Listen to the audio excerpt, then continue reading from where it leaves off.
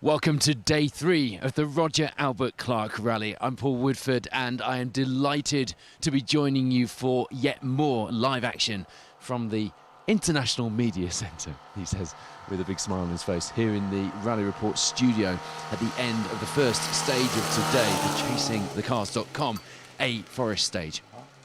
8.79 miles to open the billing today, and our crews will be incredibly tired. I'll tell you what we are as well. We had about 3 hours sleep. We got to our accommodation last night with that big drive up after the Rally Report show at 2 a.m. and we were out for 5, or up for 5, and our crews, some of them will have been even later than us, but they will be lining up right now. In fact, some of them are in the stage, as you can see, coming through the first stage of the day. We've got a 72-mile challenge here in Scotland for our crews today. 2021, you may remember that this stage got very badly hit by Storm Arwen, and anyone who's not been to the forest since then won't recognise that the trees have gone. Some great viewing in here for the spectators, and a reminder please to spectate safely if you are out here on the Roger Albert Clark Rally. We do want to keep these stages, as many of them as possible, open. We have lost the Arrock Hill stage today, both of those, so please bear that in mind if you were planning to come out spectating. Stephen Higgins, Corey Powell-Jones in that beautiful Saab 96, a car that I used to get dropped off at school in, not that exact one. Mine was Stig Blomqvist lime green, and I have fond memories of that. And we all have fond memories of the cars that got us into this sport, don't we? Saab 96 is one of mine. What's yours? Tell us on the live stream. We'd love to hear your memories. So after this, we're straight into Dalbeattie for the Lot Dalbeattie stage. Bit short of that one, 4.69 miles. Bit more of a standard stage for our crews. Let's not forget that nearly 9 miles is a long stage by today's standards, isn't it?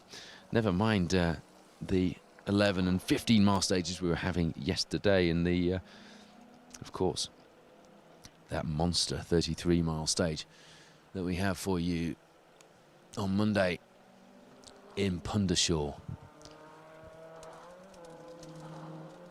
It was -3, -4 coming into Scotland this morning. It's incredibly cold here on the Roger Albert Clark Rally. It is proper RAC rally weather, and as you can see, our first competitors have been met with a very white stage. It's not quite as frozen as it perhaps looks, because the frost has come in over the last 24 hours or so. It was like winter just arrived overnight when we came out of we went into the studio van yesterday afternoon to start work on the Rally Report show. We came out at what time was it when we finished? About 8:30, wasn't it?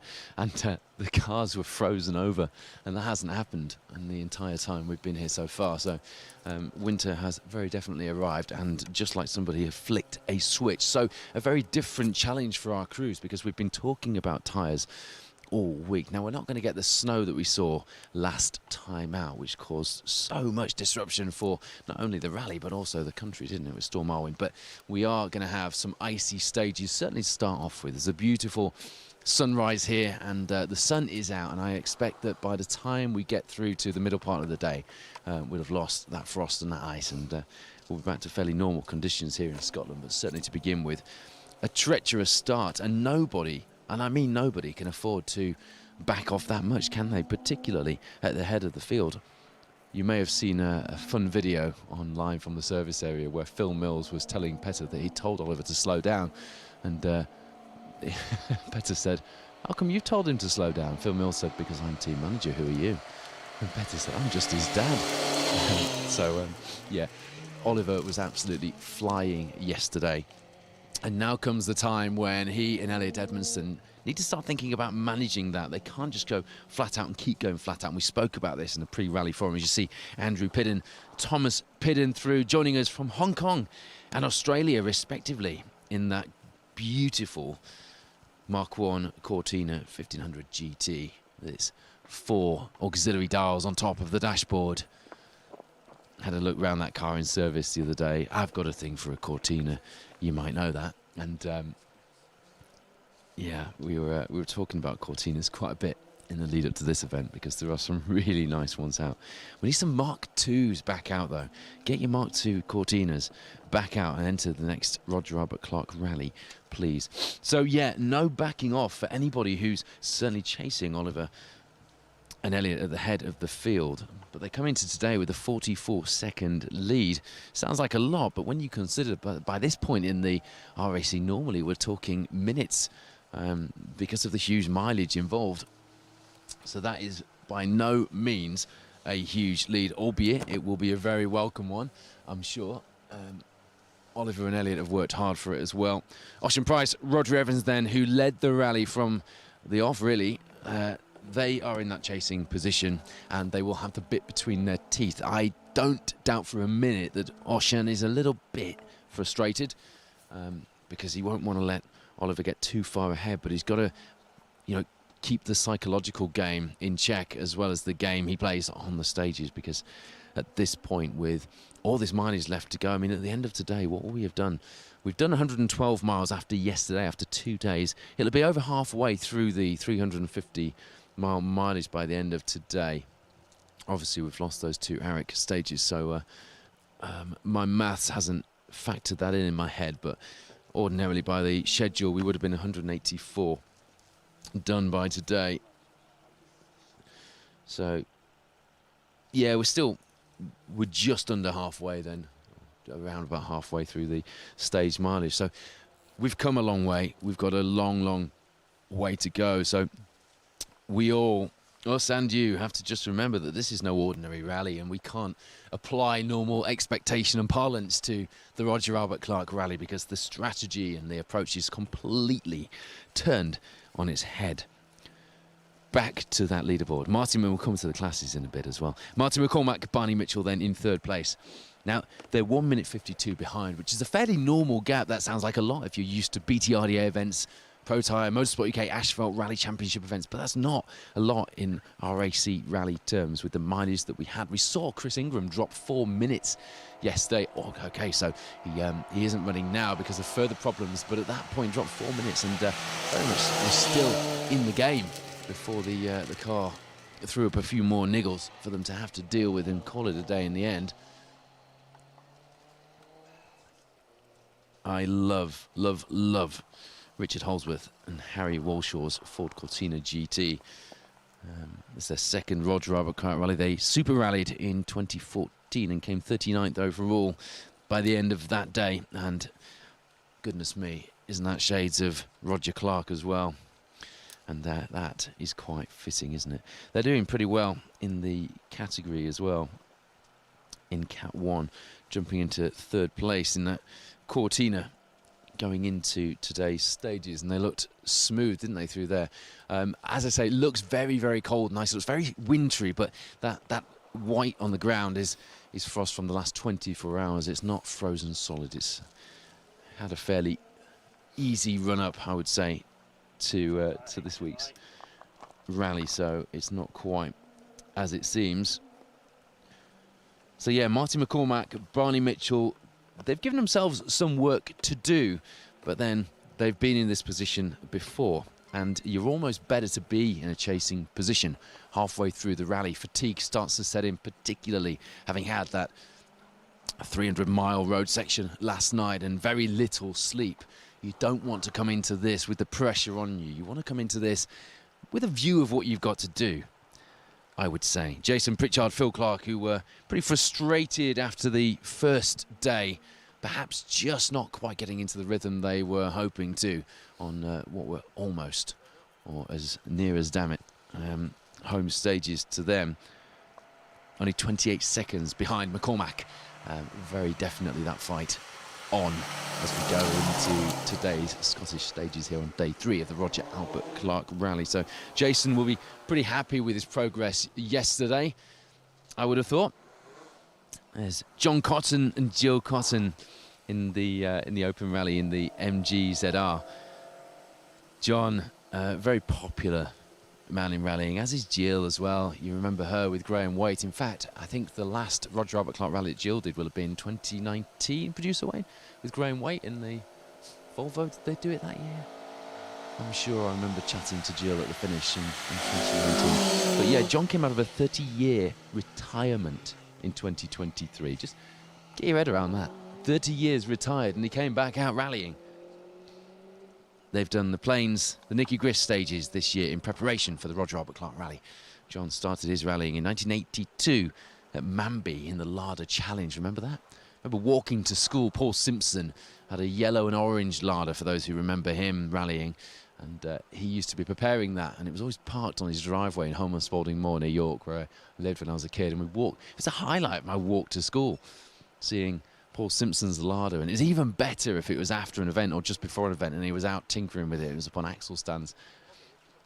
Fond memories of this sport and this event over the years. Almost 100 years since the very first. Well, it's 91 years, actually.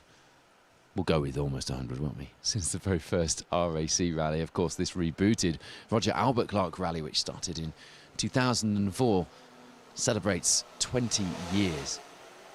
And there's a fantastic book out written by Paul Lawrence, a man who, if you were going to have a book written about the RAC rally, that is the man to write it.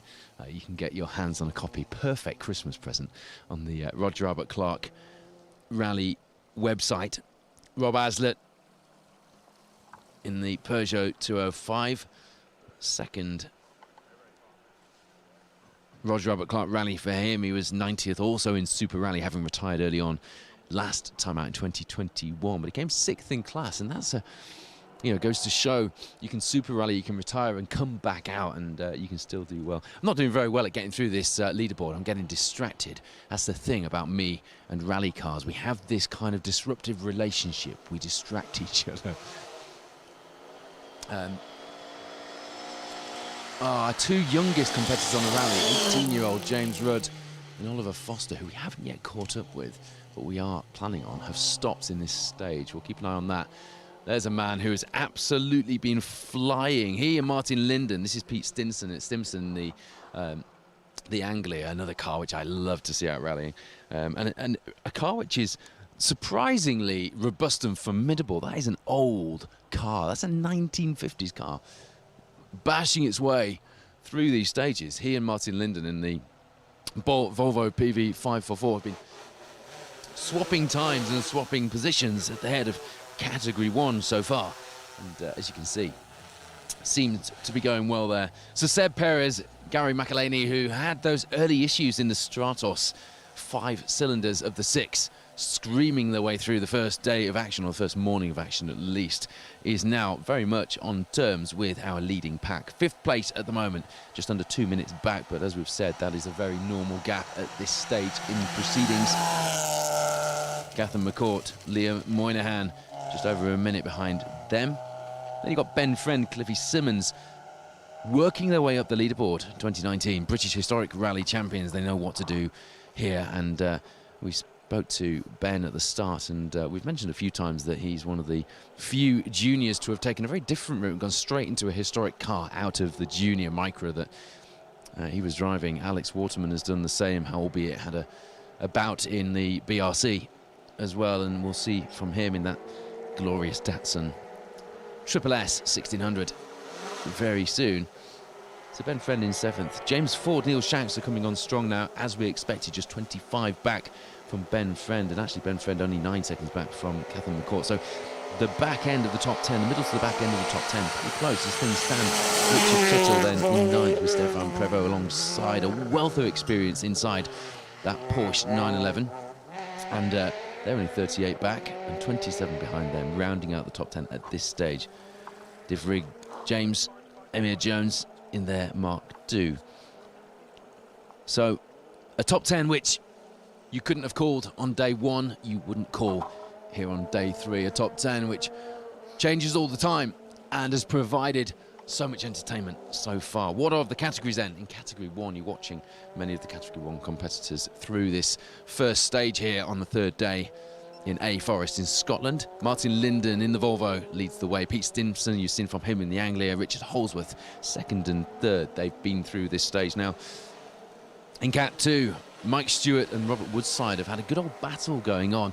Now, just to give you a little bit of information on these classes. We could talk about categories in historic rallying, but there are various categories for the engine sizes then within the and we'll go into those in a little while. But just as an overview, it's good to stick to the categories and give you an idea of where the ages of the cars are running.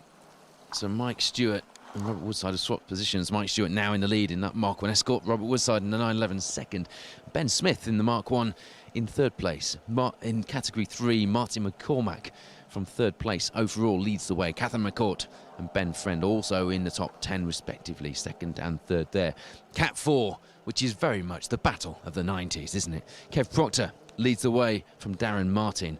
The auto glass, almost liveried Sierra Cosworth four-wheel drive leading the almost Pro Drive liveried, certainly got Pro Drive on the front bumper, Subaru Legacy, those pair of throaty anti-lag laden 90s rally supercars leading the Porsche 911 of James Brady. In the Safari class, a class which I'm loving, lots of entertainment in that, Federico Polisi, Frank Tondo and Nick Mason is the order there. And we did catch up with Nick Mason, and we will bring you some features from some of the Safari competitors on the RAC Rally Show report show as we go through this.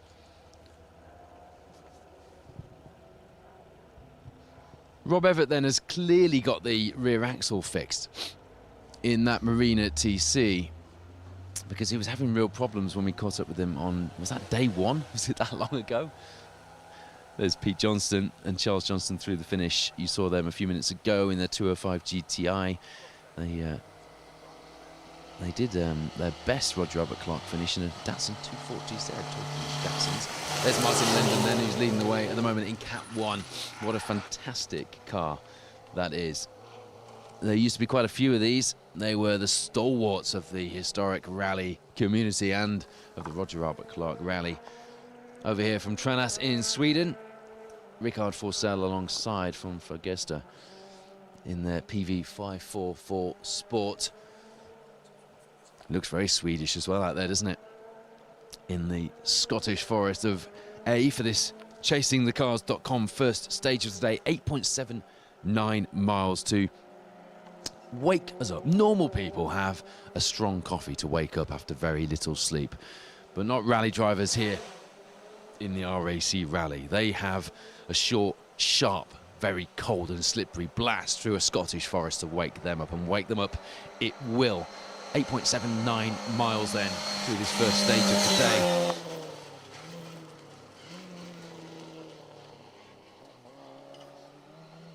About, with those cancellations, just doing some maths in my head, about 56 miles on today's schedule now, with those two Arrock Hill stages taken out.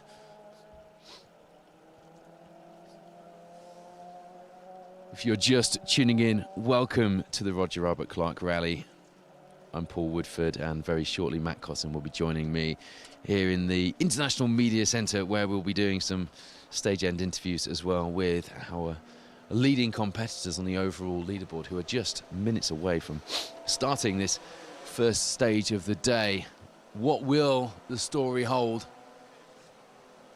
as we go through day 3? It has held plenty for us to talk about. There's been one heck of a story so far in the first 2 days over in Wales. So we travelled up the 300-mile road section. The M6 was absolutely full of rally cars last night. It wasn't quite like the old days where they used to drive up. Unusually for a rally in this country, as we don't normally get rallies with this kind of mileage, the cars are allowed to be trailered, which made for some interesting, shall we say, scenes in the petrol stations along the route, the service areas along the route. McDonald's was busy in Welshpool, but it's a long way from mid Wales, where we were yesterday in Meharin, Sweet Lamb, Havron, to Scotland, where we are today.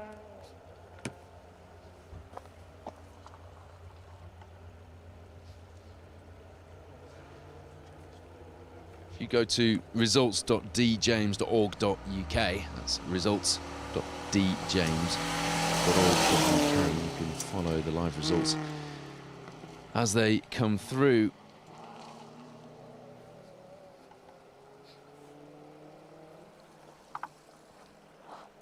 Just refreshing mine as we speak. I know that doesn't make for very good radio, but there we go.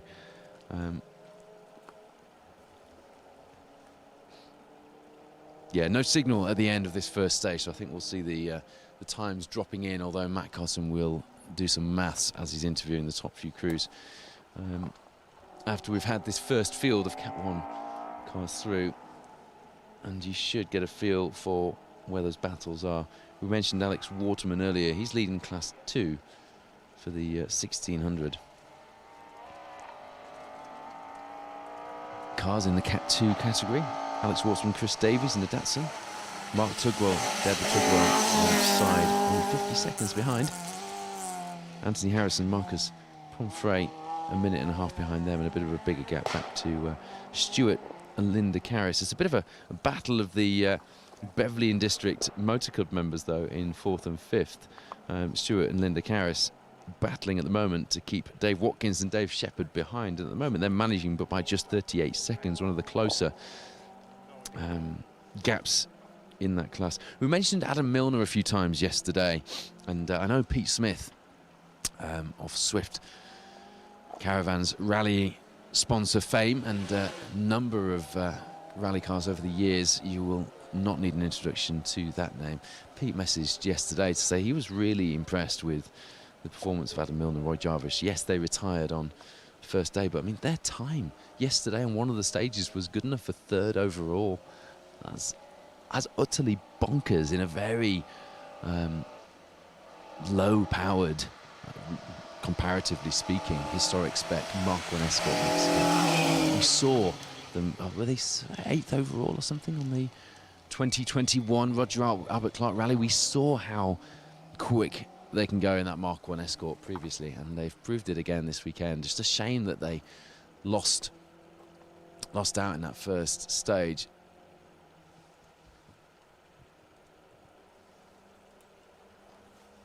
As you can see, we've got those lovely drone shots here in the first stage of the day, just giving you a bit of perspective and showing you what this gorgeous landscape here in Scotland looks like, with a bit of a winter sheen to it. It's very picture postcard. It's very historic rally, isn't it?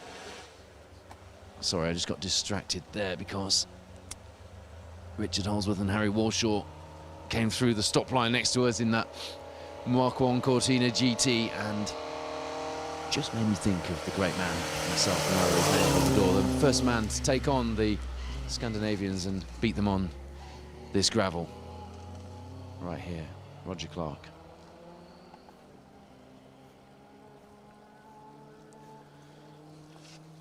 We mentioned a few times yesterday that Hillman Avengers have become very much one of the cars to have. Whether you're going historic or indeed you're going for open rally honours, as Baz Jordan did in his, which Ken Sturdy now rallies. Ken Sturdy here in the ITIT Spectrum Mark II, being run by Car Prep, who you will have seen on last night's RAC Rally Report show. Great to see Nick's business thriving, and good story this year with getting that Escort reshelled of Richard Jordan and James Grattan Smith after the Woodpecker accident.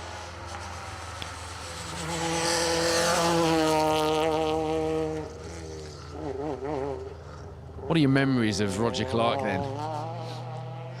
My favourite and probably most vivid memory of Roger Clark was, I think it was the 94, it could be the 95 North Humberside Stages Rally. It started in the Hull City Centre, and the cars went to a regroup at the Hull City Hall, if you know the city, and Roger was there with Matthew and Ollie, his two sons. They had the Safari spec, London to Sydney spec Mark 1 Escort, which Roger was driving, and then the boys had an Escort and a Sierra Cosworth apiece, all in the yellow livery with the green, red and blue stripes, which became fairly familiar for the Roger Clark Motorsport team in latter years. I've got a photo with Roger. Remember, he was in a bright red jacket, and it just contrasted with his bright white hair. Stood there on a cold, misty morning in Hull. I'd love to know your thoughts and memories of Roger Clark, because of course this rally's named after him, and with good reason. I'll tell you what, I'm loving the drone shots from Eastwood Media, the guys who've joined with us here at Special Stage for this fairly remarkable live broadcast package, along with, of course, MCR Motorsport Media, Matt Gott and Bex Hinton, who are here somewhere. We've got the door on the studio closed because it's so cold, and I hope they don't think that that's because we don't want them in here. We'll have Matt at the stage end in just a few minutes' time, and we'll have some reaction from our leading crews. Grant Williams has asked, who is the oldest competitor doing the RAC? Car 110 is a contender for that, yeah. Dave Carver, I'm not sure. I have asked Paul Lawrence, actually, I sent him a message, the media officer, this morning, to ask just that. I'm sure I read it in the programme somewhere, but I couldn't find it this morning. I was trying to find that. I know who the youngest are, and James Rudd, has he started moving yet, producer Wayne, on the tracker? Car 169, wasn't it? No, so that micro pair, the two youngest competitors straight out of the juniors, and then out here, 18 years old, into a 5-day, 350-mile grueling monster of a rally.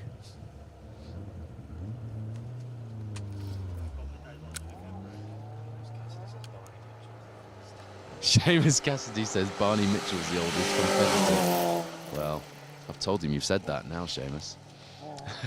Barney might be tuned in, waiting for the start with Marty McCormack, and I'm not sure he's going to be very pleased with that, if I'm being perfectly honest with you. Bit harsh, that, wasn't it?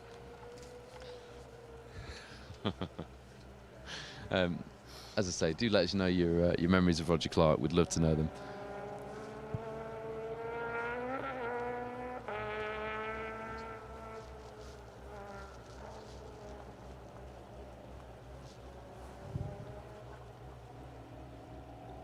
Do you know what?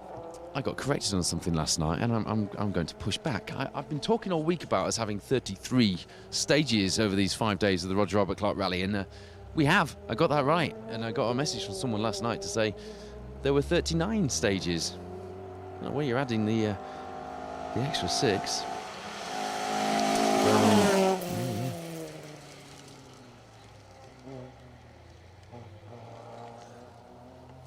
I promptly replied to that. Richard Mills enjoying the coverage this morning. David Smith as well. Let us know where you're watching from as well. And we do like to know how we are entertaining you and where we are entertaining you on the Roger Albert Clark Rally. Dave Watkins in that ex-Roger Clark, ex-Timo Mäkinen works twin cam Mark 1 Escort. Looking absolutely splendid through this opening stage of the day. Marie du Croc Slip, that's the name, isn't it? Says Roger Clark. Oh, where's it gone? Roger Clark taught me how to do donuts. It wasn't the sugary ones, but it was a very sweet experience. Very poetic as well, Marie. I mean, you're going to have to embellish in the story. How did the legendary Roger Clark come to be showing you how to do donuts? And what car were you in? What were the circumstances? Were you doing them by accident? I like that story. Need a little bit more flesh on the bones of that one, I feel.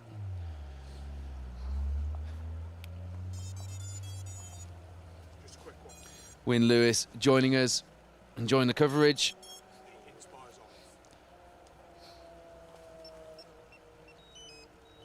Han Adelagin watching Bucket List Event, watching from Holland. Do get across next time then, because it is absolutely fantastic.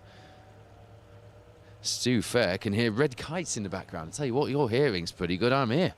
And I can't hear the red kites. I did see a couple this morning, though, to be fair, on the way into the stage.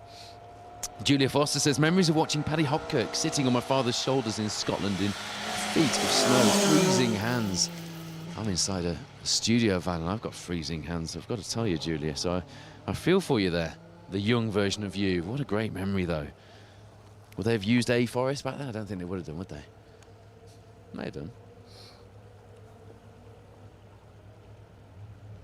I must admit, of my knowledge of rallying in the UK goes, Scottish forests are not the most filled in boxes in my head.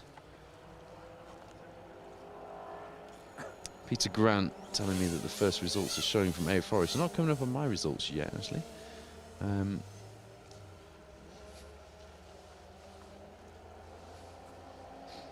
Richard Jarvis says Roy Jarvis is quite old, but saying that he's a full 4 hours younger than Annie Mennels watching from Carlisle. I could probably have an educated guess as to who you're tuning in to watch through this first stage. Catherine Gwillam watching. She says, morning, Ben Bonfield. I'm Paul Woodford, but morning. Jen Pruer even is watching with Finley Evans in Hereford. We've loved all your photos of you watching with your kids and with your families this week. The live coverage we have enjoyed so much so far, and it's a bonus that you love it just as much as we do. Myself, Phil Bramwell, Matt Cotton have put heart and soul into this. This is what we love. This is where our hearts lie. So to be bringing you the stories from this incredible event feels very special indeed.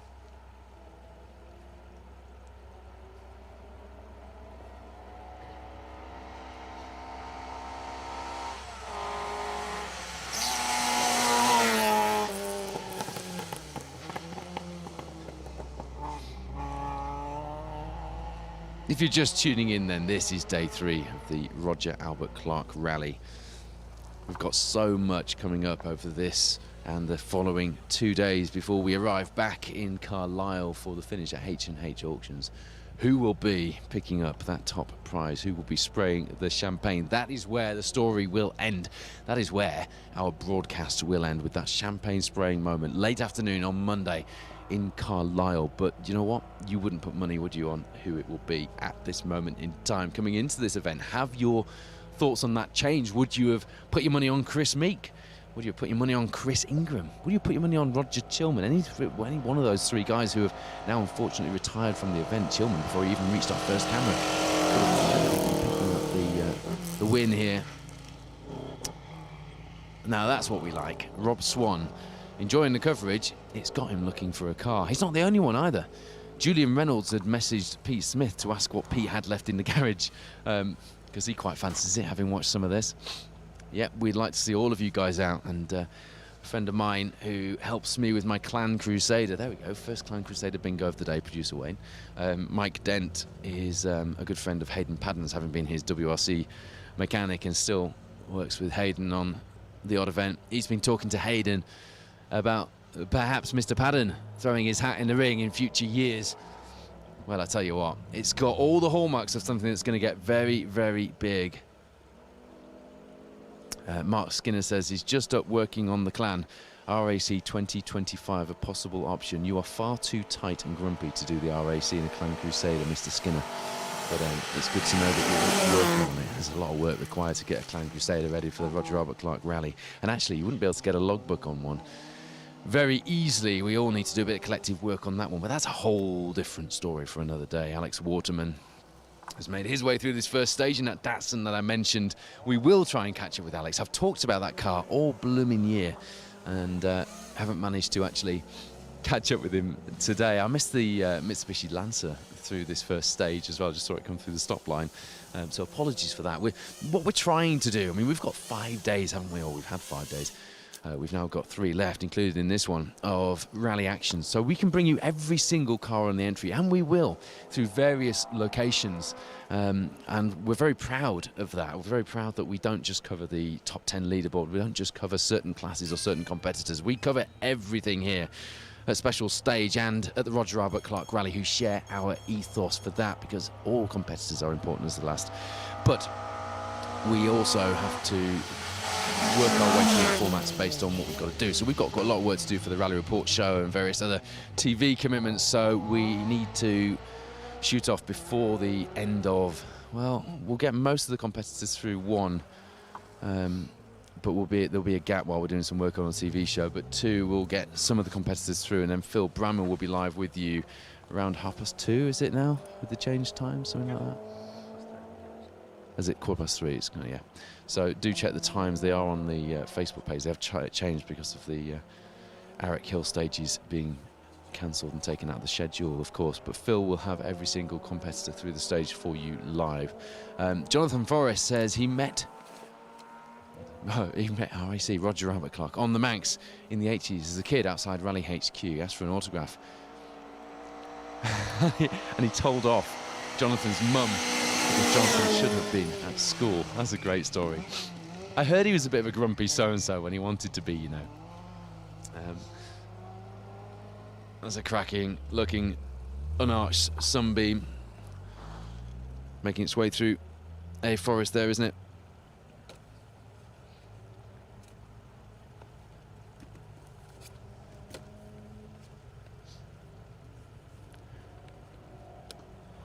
Dave Hopkins telling me in that sunbeam that Richard Wise will have the wine gums ready. I'll make sure when that sunbeam comes through, Producer Wayne, you must remind me to hop out of the studio and risk my fingertips in this freezing cold weather here in Scotland to get some wine gums off Richard Wise. Rob Lawrence asking what time the top boys will be through. The top boys, I think you'll find, all 150 or so people who started this rally were the top boys and girls for that matter.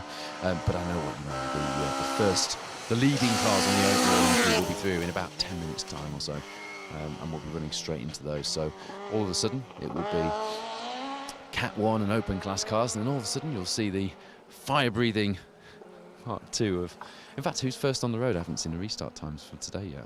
I did look at them earlier, but I somehow haven't taken them in. Probably something to do with the 3 hours sleep we all had last night. I'm taking things in a little slower. One of the features we're hoping to bring you on the Rally Report this week, and he's doing a video diary for us if everything goes to plan, which it didn't on day one, did it? Is Tony Jardine's sustainable rally adventure, running his Hillman Adventure on agricultural waste, basically. I mean, we need to really rethink and be creative about how we protect the future of our sport, don't we? And one of those things is sustainability. My boss, Ehab Alam, is working on a project with Paddy Lowe, Damon Hill, and a couple of others on, it's called Zero Petroleum. You might have heard of it. Damon's been doing some fairly high-profile stuff with the RAF and with racing cars, running that fuel. They're producing about 30 litres a week and just working on a new plant to produce more of that. And I really do think that that's where zero fuel is where our future of not just motorsport but motoring in general comes from. But in the meantime, there are a load of things that we can do. I mean, for one thing, the event has a raft of things that competitors need to do which are very low access. For example, carrying spill kits to avoid ground contamination, use recycling facilities near their home location rather than putting recyclable materials into general waste around the country as they're travelling on the rally. Every venue where spectators are expected to have an appropriate number of waste receptacles and all that kind of stuff which is going on. But Tony Jardine is doing things a little bit different, and you know, sustainability is something that can start with all of us, and it's great to see Tony, with his profile as it is, bringing sustainable rallying to the forefront of all of our minds and showing that it is possible, and it's really not that difficult.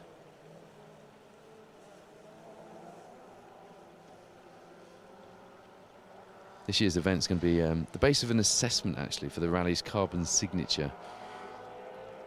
It'll allow us to make, as organisers, more informed decisions, says Colin Heppenstall, on carbon reduction and sustainability targets in future editions of the rally. So they are asking everybody to play their part. So if you're a competitor, if you're out here as a service crew, you can play your part. There are details on the Roger Albert Clark website and in the programme.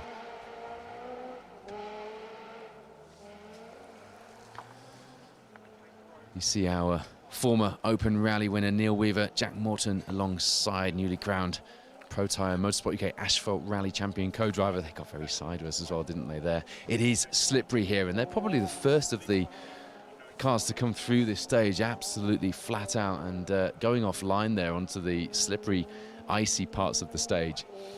Wow. Does it look icy? As I said earlier, though, it's not quite as icy as it looks, because the weather has really taken a turn, and the cold weather's come in over the last 24 hours or so. So it's not like we've had weeks worth of cold ice and snow here in Scotland. So underneath that white picture postcard landscape, which looks so glorious on these drone shots we're bringing you from this first stage of the day, A Forest, it's not quite all it seems. And I think once that's scrubbed off and the sun gets up later on, we should be back to fairly normal conditions, as normal as they can be anyway, because this is the RAC Rally, and we all know what that means. It's RAC Rally weather is a common phrase we've heard over the years in rallying, isn't it?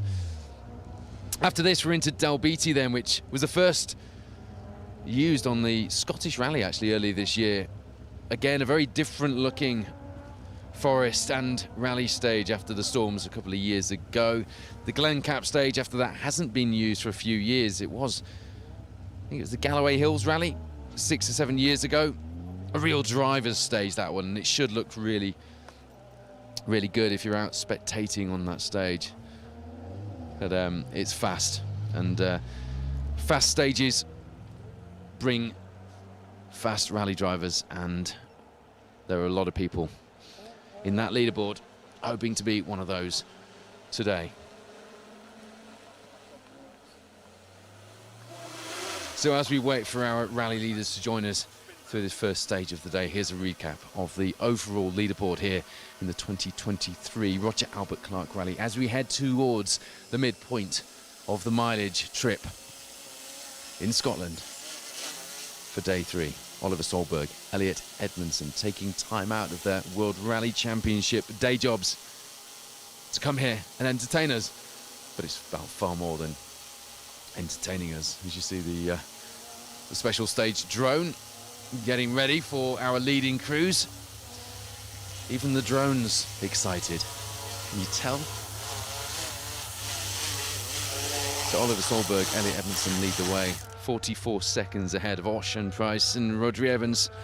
Martin McCormack, Barney Mitchell, 1 minute 52 behind in third place. They will be pushing hard today. It's time to get that. It's time to get that challenge underway. It's time to really start pushing if he wants to add win number 4 to his tally here in the Roger Albert Clark Rally. Behind him, Jason Pritchard, Phil Clark, much happier with their performance yesterday on day 2, the second of our 2 days in Wales. The first one left him, well, wanting, shall we say. Roger Taylor's message to say he helped Chris Harris change a wheel last night. Suspension had collapsed, it wore the wheel through. I think he'd had enough, but he should restart today. Chris Harris had had enough. Right, so no, he hasn't restarted. He has retired completely. So yeah, he had enough, had Chris Harris. This event is something of a bucket list event for Chris Harris. It hasn't been that kind to him in the last couple of years, having slept in the car after retiring on day 1.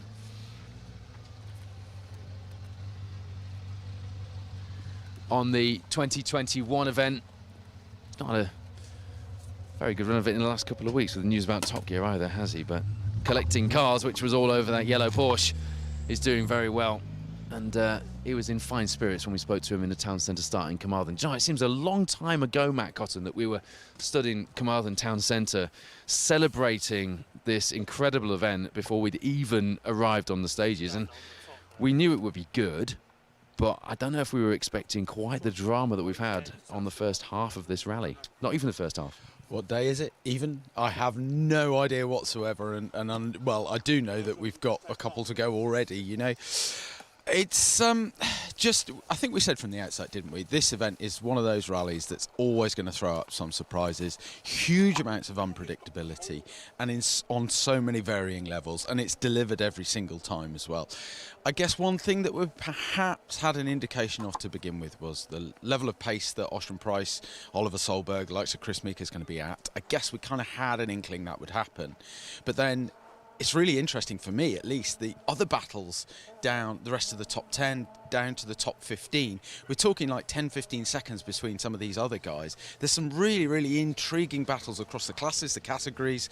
It's fascinating, considering this is a 5-day event. You know, it's a month's worth of rallying, you know? We're on day 3, and we've still got very small, very tight gaps and battles through the field, as Matt says. And that's, as I mentioned earlier, fairly unusual for a rally of this length and depth. Normally by this point we accept bigger gaps right through the order, because people have all sorts of problems, and it's a bit like the Le Mans of the rally world. You although it's more than 24 hours, this one, because you can have a big problem, you can get the car fixed. Look at Matthew Robinson and Sam Collis. I hope you tuned into the RAC rally report last night, and that car's got Woodford down the side of it. A while since I've seen a rally car with Woodford written on it. Yeah, and I hope you tuned in and saw Sam Collis, because it was funny that we suddenly saw on the tracker that car 10 was on the move, and it was on the M6 near Penrith when we were all sat at the side of the stage in Meherin in mid-Wales. And it turned out that they'd gone home, got the car fixed, and now they're coming back out for a real push over the Scottish and the Northern English parts of the event to finish things off. And they have nailed their colours to the mast.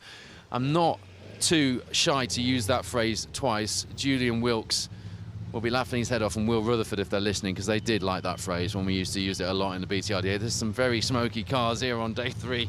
That's done some hard work, hasn't it? Car 152 needs a bit of work when they get back to service. But yeah, Matthew Robinson and Sam Collis are back out. They had I think it was a timing tooth had gone on the Mark II, and some fairly sizable damage that they had to fix. So back to Ripon, and as Sam Collis put it to me last night in a message, it was time for, they arrived in Carlisle, it was time for steak, Peroni and big skids.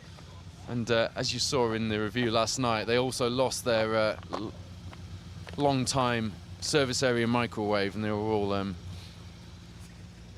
lamenting the loss of Hitachi the microwave.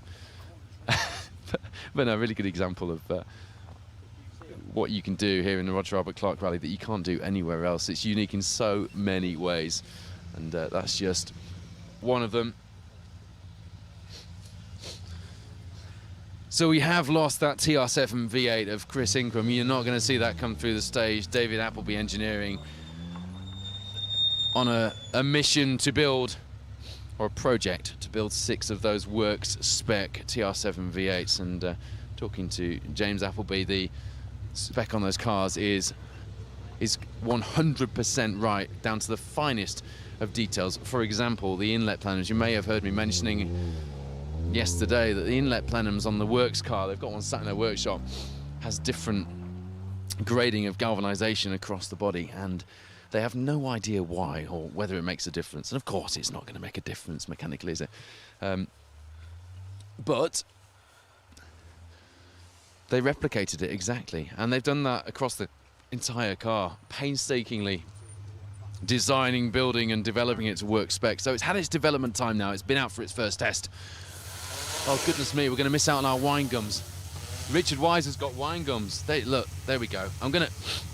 I was promised on Facebook some wine gums from Richard Wise, so thank you.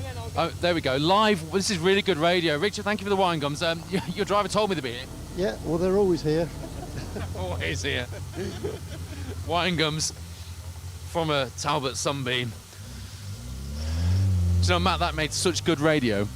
I'm sure it was absolutely fantastic for the viewers at home.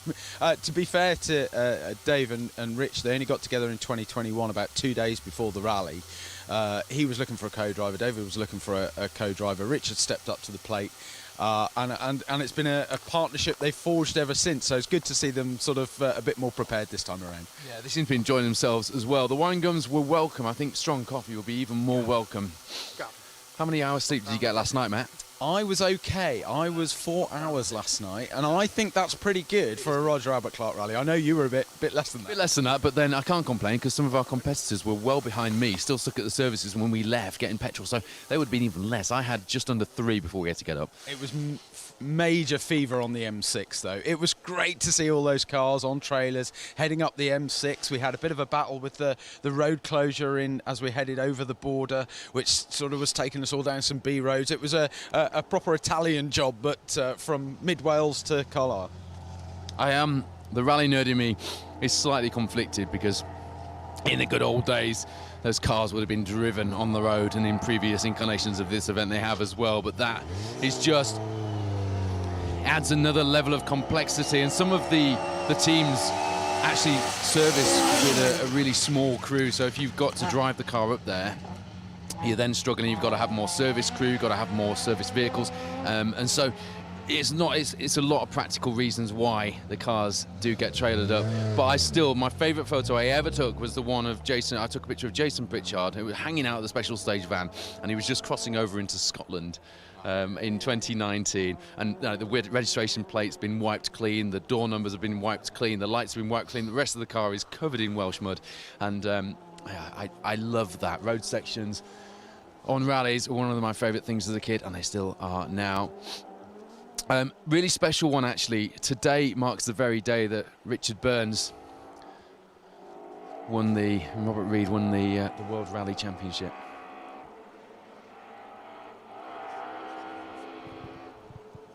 Sorry, Richard Burns passed away, didn't he? We were going to mention that. Sorry, yeah.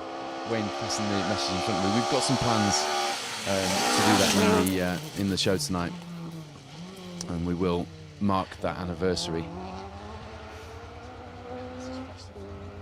Live. Ocean Price then, who is second place, 44 seconds behind Oliver Solberg. I tell you what, Richard Burns surely would have been a contender for doing this rally, wouldn't he? He'd have loved this. Ocean Price on a big charge, having led the rally early on in that Rally Extreme Mark II. What can he do in this first stage of the day? It's a really difficult task, that, because he's got to push. But Solberg will have the advantage, small though it might be, of seeing how his competitors go through the stage before him. Oh, I tell you what, McCormack was pushing hard there, wasn't he? Really unsettling, that Mark II. McCormack definitely on a charge. I think he was perhaps on one wheel if we were to freeze frame that one at one point through there, wasn't he?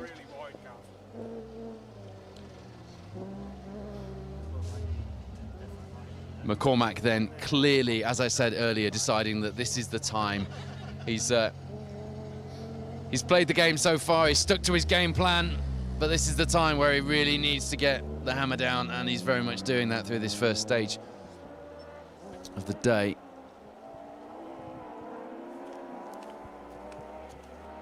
But how will that translate to the times? This is going to get exciting now, ladies and gents, because we've got these battles going on, and they are close, and we're getting to the point of the rally where you can't let people get too far away and still claim that you're working to some kind of game plan. McCormack was on one wheel, and it was his front, let me get my head around this, his front left wheel coming through there. It's unbelievable scenes. Very exciting. Yeah, Matt and Bex mentioning the word fever, and there's some of that out there, isn't there? Jason Pritchard, another man who, now with a bit of confidence back inside that car, will want to be pushing hard today as well. Martin McCormack, the only one of these guys having won the event before. They'll want a taste of that. Paul Barrett, Ocean Price, they were all in the mix. Seb Perez came second last year. And the great news is he's still out there fighting. He's in that Lancia Stratos, which is on full song now. And we all have an idea about what Seb Perez can do with the Stratos as working properly. This stage looked quite not relaxing, but it looked like a fairly easy lead-in, didn't it, earlier? Now look at these guys pushing absolute 10/10. Paul Barrett bouncing the car around just like Martin McCormack did before him. Those two looking like they're on the ragged edge here. Pritchard and Price looking a little more settled on this stage. Those drone shots just giving you a very different perspective of this stage. You can see how fast parts of it are. You go in this stage from having the fast flowing sections to having very technical sections as well. Under the trees, it is icy. Listen to this now.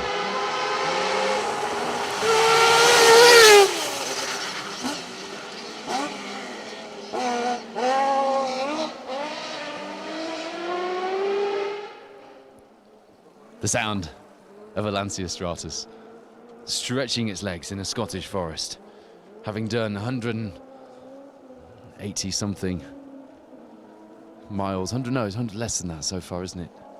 And very much warmed up now, that Lancia Stratos, as you can hear. It's a bit like when you first go into radio, they tell you that you can't talk over the end of Hotel California, and it's a bit like that in rallying. You can't talk over the sound of a Lancia Stratos, or you can't talk quite as loud as you talk over other cars. Anyway, I'm going to hand over to Matt Cotton now, who is eagerly awaiting the cars. He's actually eagerly awaiting a power nap, I think. The sun's out, though, and it feels a bit warmer out here, at least, than it did first thing this morning when the sun was coming up. Matt Cotton, we're about to get some reaction from one of the people who, definitely one of our winners of the event in the next few minutes. One of these people you're about to hear from will be spraying that champagne on Monday. Let that sink in. Matt Cotton, ladies and gentlemen. It won't be Matt.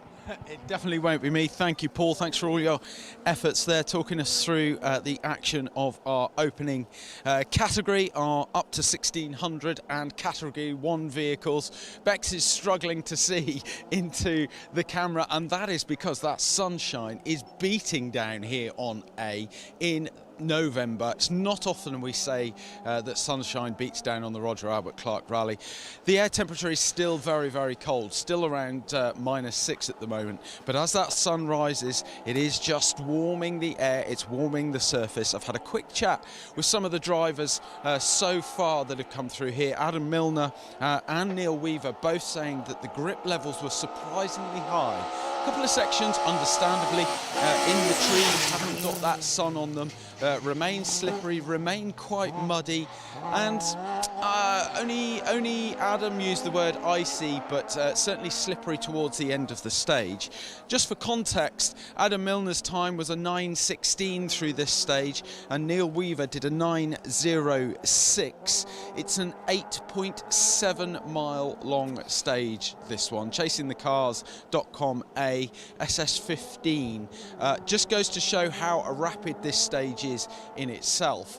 So should be interesting to see what kind of pace our front running crews are going to be setting in here. I can hear the sound of the BDAs in the background, so it's not going to be long till they reach us here at the passage control at the end of the stage. I hope you've been enjoying the footage this morning. It's looked fantastic with that drone imagery for you. You can also see the frost on the ground as well, just to highlight just how chilly it is out here, but we would expect nothing less on the Roger Albert Clark Rally. It comes with the territory, it comes with the territory of running at the end of November. I think we're all slightly thankful that it's not snow and this temperature as well, because that could cause a whole other world of pain for the organisers. But wherever you're watching from, I hope you've been enjoying the coverage. I hope you're nice and toasty and warm. Got a cup of tea or a cup of coffee in front of you. Your toast is on. I've seen a few people saying that they've got the log burners going as well. So it's Alan Walker, that was it. Alan Walker saying that he's got the log burner going this morning. Don't blame him whatsoever, actually. But we've got a good, solid day lined up for you in terms of live footage. We have this stage. We're going to run 2 stages concurrently. Yes, Bex, that is the Stratos you can hear in the distance. It sounds stunning. We've posted a few photos on social media already on the Roger Albert Clark Rally Instagram page of the sound of that Stratos, and it just doesn't do it justice. I think the comment that I put on there was sound down. You know, usually you put on an Instagram comment, it's always, oh, sound up, turn the volume up. It's actually, no, turn it down, because it will deafen you if you turn it up too loud. So yeah, that's Stratos echoing through the trees behind us. A looks a little bit different. I'm pretty sure they've felled an awful lot of these trees since the last time I was here. It looks a little bit different to last time as well. Not used too often, of course. A staple of the RSAC Scottish Rally, which is usually run in the summer. Car coming. Thank you. We've got confirmation that our first car is on the way, thanks to our organising team. Can I just say something, Bex? Just turn around very quickly. That man there that we're looking at there is the Clerk of the Cross. Clark Rally. Now that just goes to show the level of dedication that you have to do to turn this rally of this size around.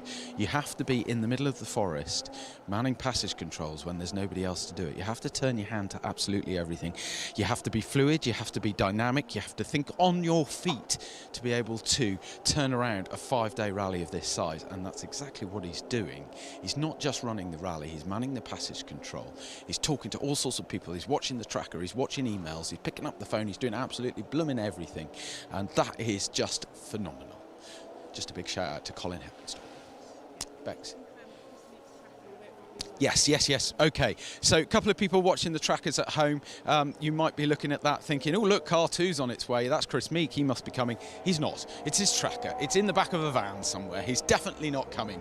But this man here, Oliver Solberg, definitely is coming through. First car on the road this morning, first car into A, first of our front runners into A. Some of the guys ahead of you, Oliver, saying that there was a lot more grip in there than they expected. Yeah, definitely much more grip than I thought also. But only some places, yeah. You know, you could easily get taken out by one place, which is very slippy. So, yeah, I took it very careful, maybe way too careful. But I hopefully nobody else is pushing too hard or taking some risk. We'll see. We'll see. Time in there, Elliot, please.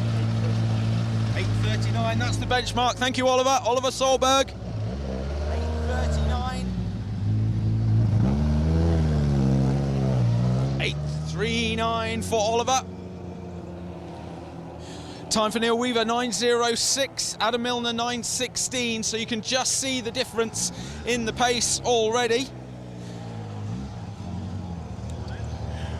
Morning, Osh. Pleasantly surprised by that stage? Yeah, took it far too easy. There's quite a bit of grip, but there was a couple of spots that were quite tricky, but far too careful. But hey, you know, we had a bit of fun, we had a bit of slides, made a few mistakes as they come along every now and again, but no, it was okay. I wouldn't say we set the world alight, but you know, we had fun. Did you just chat to Oliver in between the stop line and here? Because I swear, word for word, that's exactly what he just said. No. We're just, we're programmed now, we know what to say. That's what it is, you flick a switch. Yeah, it was okay, What time in there, Rodri? 8:42. Okay, that was... No, 3 seconds off him. Oh, that's all right then. I thought it'd have been worse, but not bad, yeah. Positive start? Yeah, happy with that, that'll do. Good lad. Happy with that. 8:42 then for Ocean Price here at chasingthecars.com A, our opening stage of leg 3 of the 2023 Roger Albert Clark Rally. Oliver Solberg sets the pace with an 8:39. 8:42 for Ocean Price. That means that that lead is extended to 47 seconds. Which way? That way, just out of the sun. Not very often we say that, Bex. Not very often we say that. We're going to have to come this side for Marty. You can film Barney, Bex, for a change. Let Barney have some of the limelight, Marty. It's always you. It's all about Barney. It's all about Barney. I wish it was. Tell us about that one, mate. Aye, difficult now. Barney's helmet must have lost a channel or something. I don't know. It was like I could hear him in mono, but not stereo. It was like as if he was distant. So fucked about at the start a bit.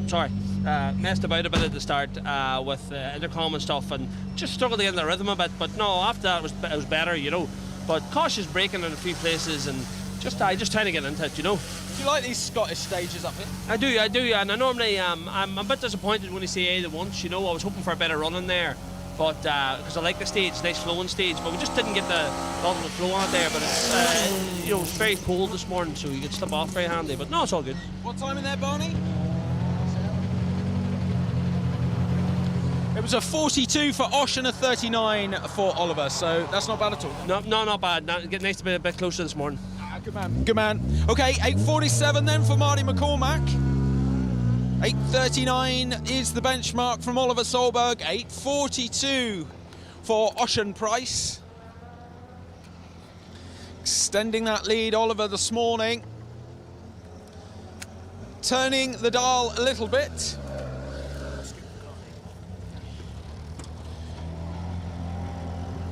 Jason, good morning. It's a new day. We're into Scotland. Some very different type of stages to contend with today. Was that one a good one for you? Nah, it was a clean run. We didn't really commit on the fast stuff. You could make a lot of time up in there if you were brave, but yeah, in these conditions it was just one to get through and just settle in for Scotland. And yeah, it was still a bit frosty under the trees, but yeah, okay run. Yeah, a little bit more grip than you maybe thought. Yeah, you more than I thought, to be honest. Because yeah, I'll be honest, I think Crooken and the stages yesterday and the day before were slippier than that. So yeah. Fair play, fair play. Time in there, Phil, please. 9:01.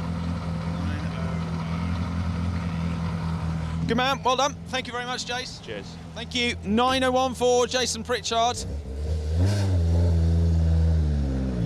Significantly slower, I guess, than the front two then, with a 9:01 for Jason.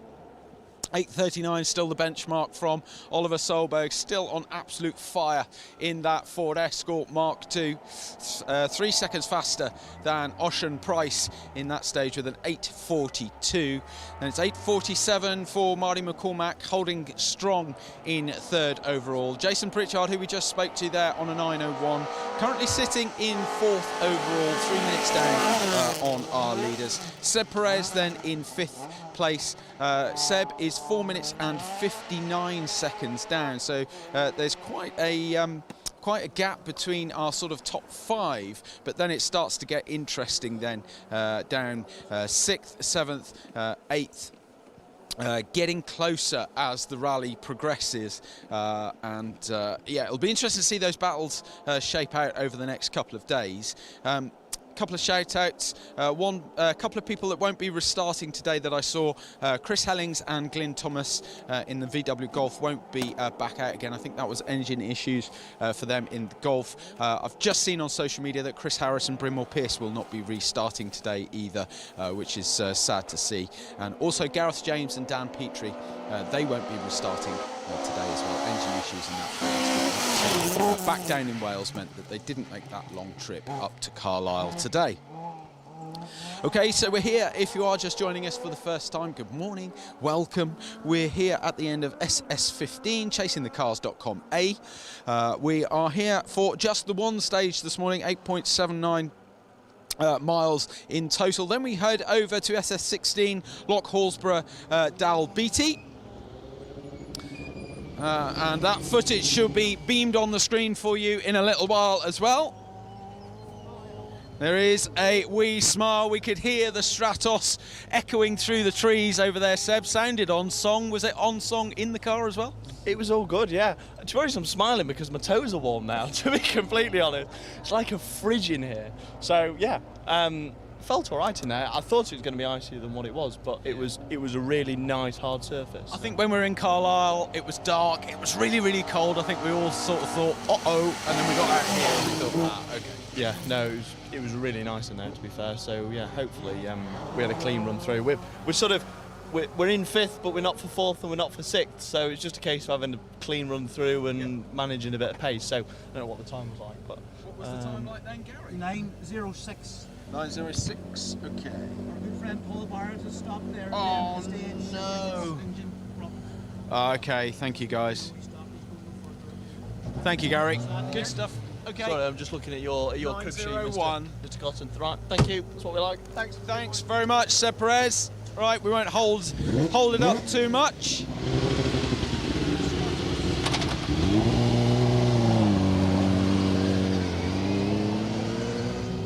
Have a quick chat to Cahan, Liam Moynihan. We shared a Mackie D last night, Cahan, in Chirk Castle. Did that do what it needed to do and revive you for this morning's stage? Aye, look here, I never driven a frost before, so it was just kind of dubious of what way it would be there, so we didn't go mad in there, to be honest, at 58. 8:58. Wow, that's 4th quickest. Well done. That's good. Quicker than Jason in there by 3 seconds. That's good. Good cut, that. Yeah, no, happy out. Good man. 8:58. Cahan McCourt, Liam Moynihan. Good time for Cahan. Currently 6th overall. Run through those times for you in a second. Good to see Barry back out again today. It was a bit of a fraught day yesterday. Hopefully it's going to be calmer now we've headed into Scotland. Was that kind? Yeah, no, that wasn't too bad. We were a bit cautious in it, but no, nice stage to open up with. I think it scares you, doesn't it? When it's dark in Carlisle, you sit there, you know, it's cold in the car, you think it's going to be difficult conditions, and then the sun comes up and it just changes a bit, doesn't it? It does, yeah. Puts a bit of light on the scene now. Literally. 8:46. 8:46? 3rd overall fastest in there, mate. Oh, that was good then. Yeah. I'll take that. Oh, that was good then, he says. Barry McKenna, 8:46. 3rd fastest in there, beats Marty McCormack by a second. 8:46 for Barry McKenna. What a time. Good man. Good man. Whew. Morning. How we doing, Ben? How we doing? Is it a positive morning? Not too bad, a bit cautious in there really. Heard all the horror stories of ice and slippery and stuff, so no risks, no nothing, just get through. Lost a lot of time probably, but never mind, we're still here. What time was that? 09.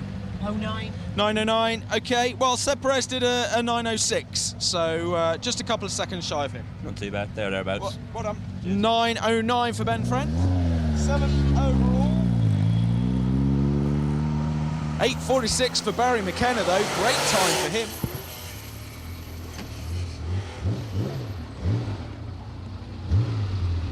Just write that down, because Barry lost a huge amount of time, so he's outside of the top 10. Somebody that isn't outside of the top 10, holding strong in 8th overall this morning.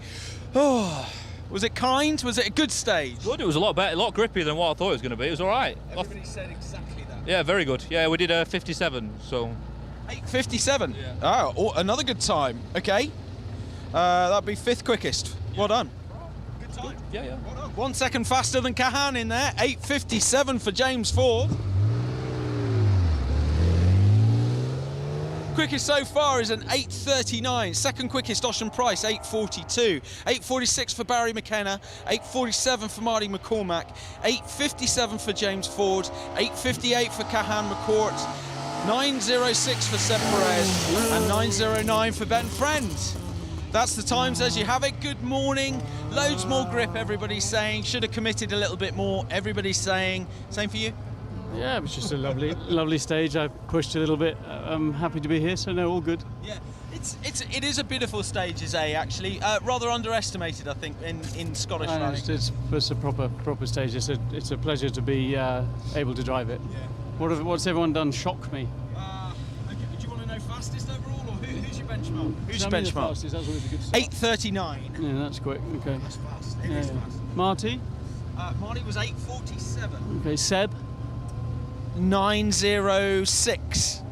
And you? 52. So that's right. That's a good time. Oh, hello. Tell Seb he needs to go to spend a bit more time on the lake. What with the cold weather, ice driving. 8:52. Good morning, Richard Tuttle. I think you've arrived. We've got 6 Olympus today, so let's have a go. 8:52, Richard Tuttle. Good time. That's a good time, bless him. Struggled really over the last couple of days. I knew that was Stefan's smile when he pulled in. Stefan Smarbex is saying, yeah, 8:52 for Richard Tuttle. Yeah, let me just go over those again for you if you are just joining us for the first time here at the end of the opening stage of today's leg. The sun is now just rising a little bit further in the sky. The air temperature's just starting to rise a touch. The gloves might even come off in a second. But 8:39 fastest so far, 8:42 for Ocean Price. Just means that Oliver Solberg extends his lead by 3 seconds in this one. 8:47 for Marty McCormack, 8:52 for Richard Tuthill, 8:46 for Barry McKenna. Now, this man here, I've had to write his name on the bottom of my list. 10th overall, Dyfrig. How do you say your name? You're going to have to say it, so I'm going to have to learn this properly. Dyfrig. Dyfrig. That's it. Thank you. No problem. I want to do it properly. Yep. Because I want to be speaking to you for the next 3 days because you're inside the top 10. Are you quite surprised by that? No, I don't know. We haven't done anything forestry-wise for over 10 years. So, yeah, it's only really my third rally in a rear-wheel drive on gravel then, so it's not too bad, really. That's not too bad. How much local knowledge played a part yesterday, do you think? I think it helped a little bit, but not a massive amount, to be honest, because we don't have much experience in those woods yesterday. So this morning we were way too cautious. I think, we thought it would be a lot slicker in there than what it was. So I don't know what the times are like, but I'd have thought we could have gone a lot harder in there. What time in there? 9:52. 9:52. That's only 9. Yeah, a little bit off. 52 for Richard Tuthill, who's just ahead of you. So, yeah, there's some time to be had. Yeah, no doubt. Then. No worries. Okay, well done. Thank you very much. Dyfrig James there. Top 10 overall, though. Car number 46. Great result for them. 9:45 in here. A little bit slower, though. I won't swear, I promise you. It's a bit early for it. Sorry We'll accept sort of later on today. Very sorry about that. Bless you. That's the passion, though, Adrian. We know what it's like when you come to the end of a stage. Yeah. Clean run through, eh? Good run through that, yeah. What was it? Time, right? 9:18. 9:18. Okay. 9:09 for Ben Friend. Who's 7th? Dyfrig, who is ahead of you on the road, did a 9:45. So you've taken a chunk out of him. In fact, you might have just edged into top 10 overall with that time. What was Cahan McCord? Cahan did a really good time. He did an 8:58. Flipping out. Well done, Adrian. Adrian Hetherington, Ronan O'Neill. Currently in 11th overall. 9:18 was their time. Morning, Dan. How we doing? Loving it, mate. Now we're into Scotland. We can stretch the legs just as much, can't we? We're going to open the tap, so I think we might push choke off a little bit today. Just a touch? Yeah, and maybe have a bit of a push on today, maybe. You like these stages? I've never done anything in Scotland. Yorkshire, man. I'm a Yorkshireman. Well, yeah, I know, but occasionally you do cross the border, no? No, never. Do you like them? I like that one. Lots of stuff. So, yeah, no, we'll be all right, I think. We don't do them again, sadly. We don't do this one again. I know, it's a shame. It's a shame. What time in there? That's a good time. Is it? That is a good time. Yeah, it is. Yeah, well done. Dyfrig ahead of you did a 9:45, so yeah, that's good. Thank you very much. 9:12. Currently 12th. Whoa, mind the mic. Currently 12th overall. Ian Evans now, currently 13th overall heading into Scotland. I'm going to slide your window down a touch. Good morning, young man. Welcome to Scotland. Yes. A bit of a baptism of fire, a classic RAC stage though, that one. Yes, very good, very nice. I quite enjoyed that. It's very slippery in some places though, but yeah, we're just not taking any risks or nothing, just... First time in Scotland? First time, yeah. What do you think of it? Very nice. Like it's so Yeah, it's nice, yeah. What time in there? Okay, well, Dan did a 9:12 ahead of you, Daniel Manuel. So, and Dyfrig did a 9:45. Right, okay, that's good. That's good. It is good. Yeah, 4:5. Yep. Ian Evans, 13th overall. Oh, God, we got a bit of a queue now. Ah, that'll be why. Oh, Robbo. Either you've had too much steak for dinner or you've got a bit of a weight behind you. We had to wait instead, to help Paul on and tow him out. Oh, you absolute legends. Yeah. Oh, boys. Yeah. We're delighted to see you. We'll let you go and get him out, though. Yeah. Delighted to see Matt Robinson. Technical issues on the opening day.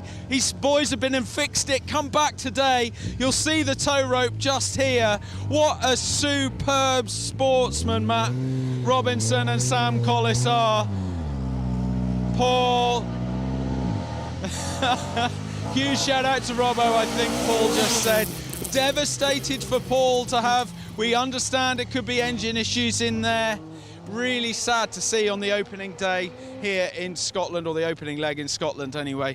Sasha, that's always sad to see somebody exiting out at the stage on a tow rope. No such issues for you, I hope? None, but just devastated for Paul, obviously. Yeah, he just doesn't seem to catch a break, does he? No, he doesn't. He doesn't. If it's not the last day, it's the third one, you know. Yeah, exactly that. But well, you know, unfortunate. Yeah. Clean for you? Yeah, slow, clean. that comes hand in hand, I guess. Yeah. Just trying to believe in the grip, isn't it? And I think probably everybody's saying the same thing. Turns out there's a lot more grip than I thought there was. Yeah, equally. Time in there, James? 9:20. 9:20. Okay, yep. There's a few grouping around that. So, okay. All right, Sasha, thank you very much. 9:20 for Sasha in there.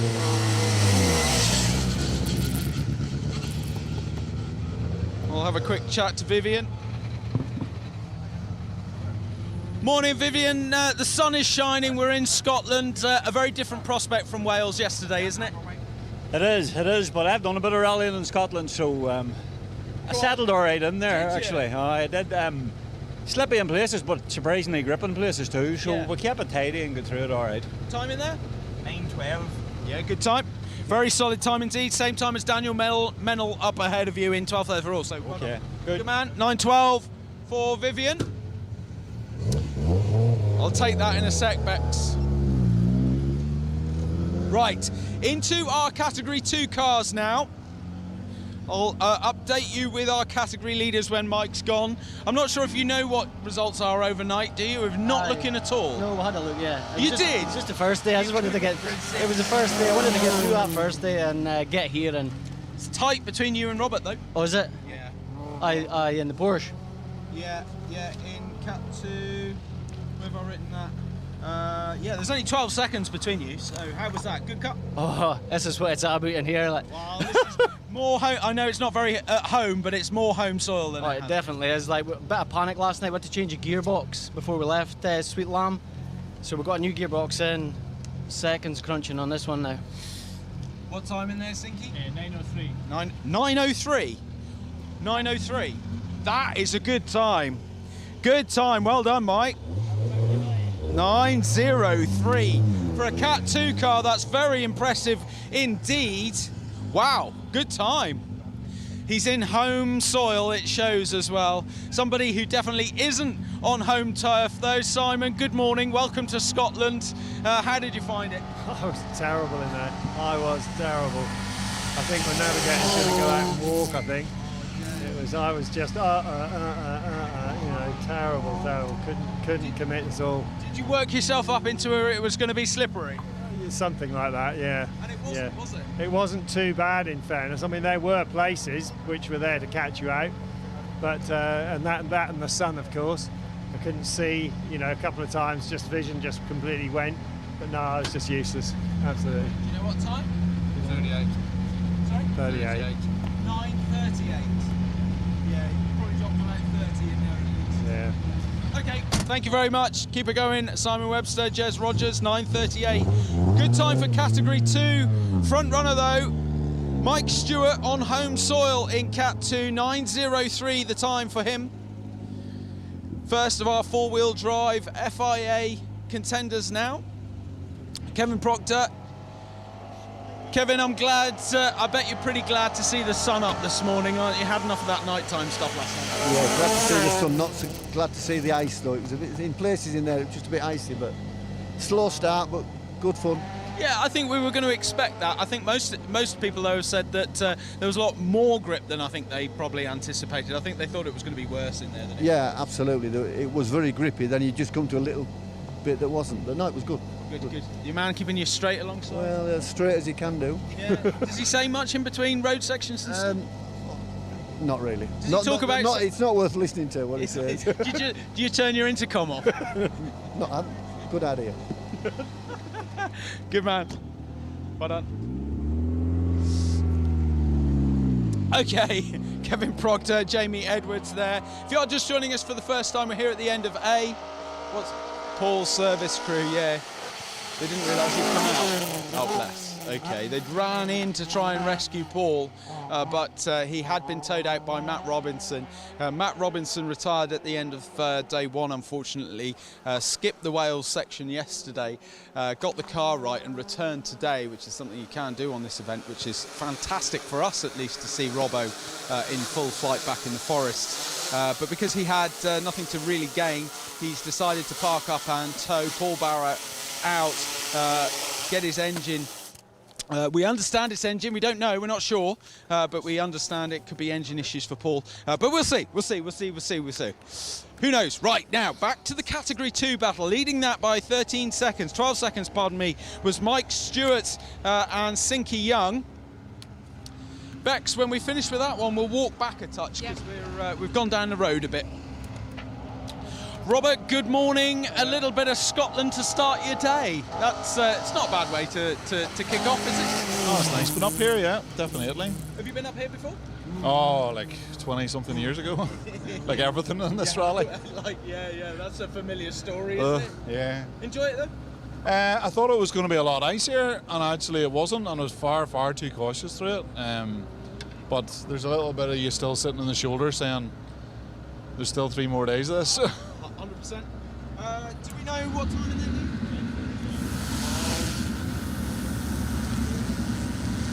Unfortunately, you've lost 42 seconds to Mike Stewart in there. I knew that, yeah. And he's on home soil, more home soil than before as well. Yeah. Ah, well. We'll keep plugging away. Cheers. Keep plugging away. Okay. Robert Woodside loses 42 seconds then to our Category 2 leader, Mike Stewart, Class C5, with a 9.03. Barry Stevenson-Wheeler.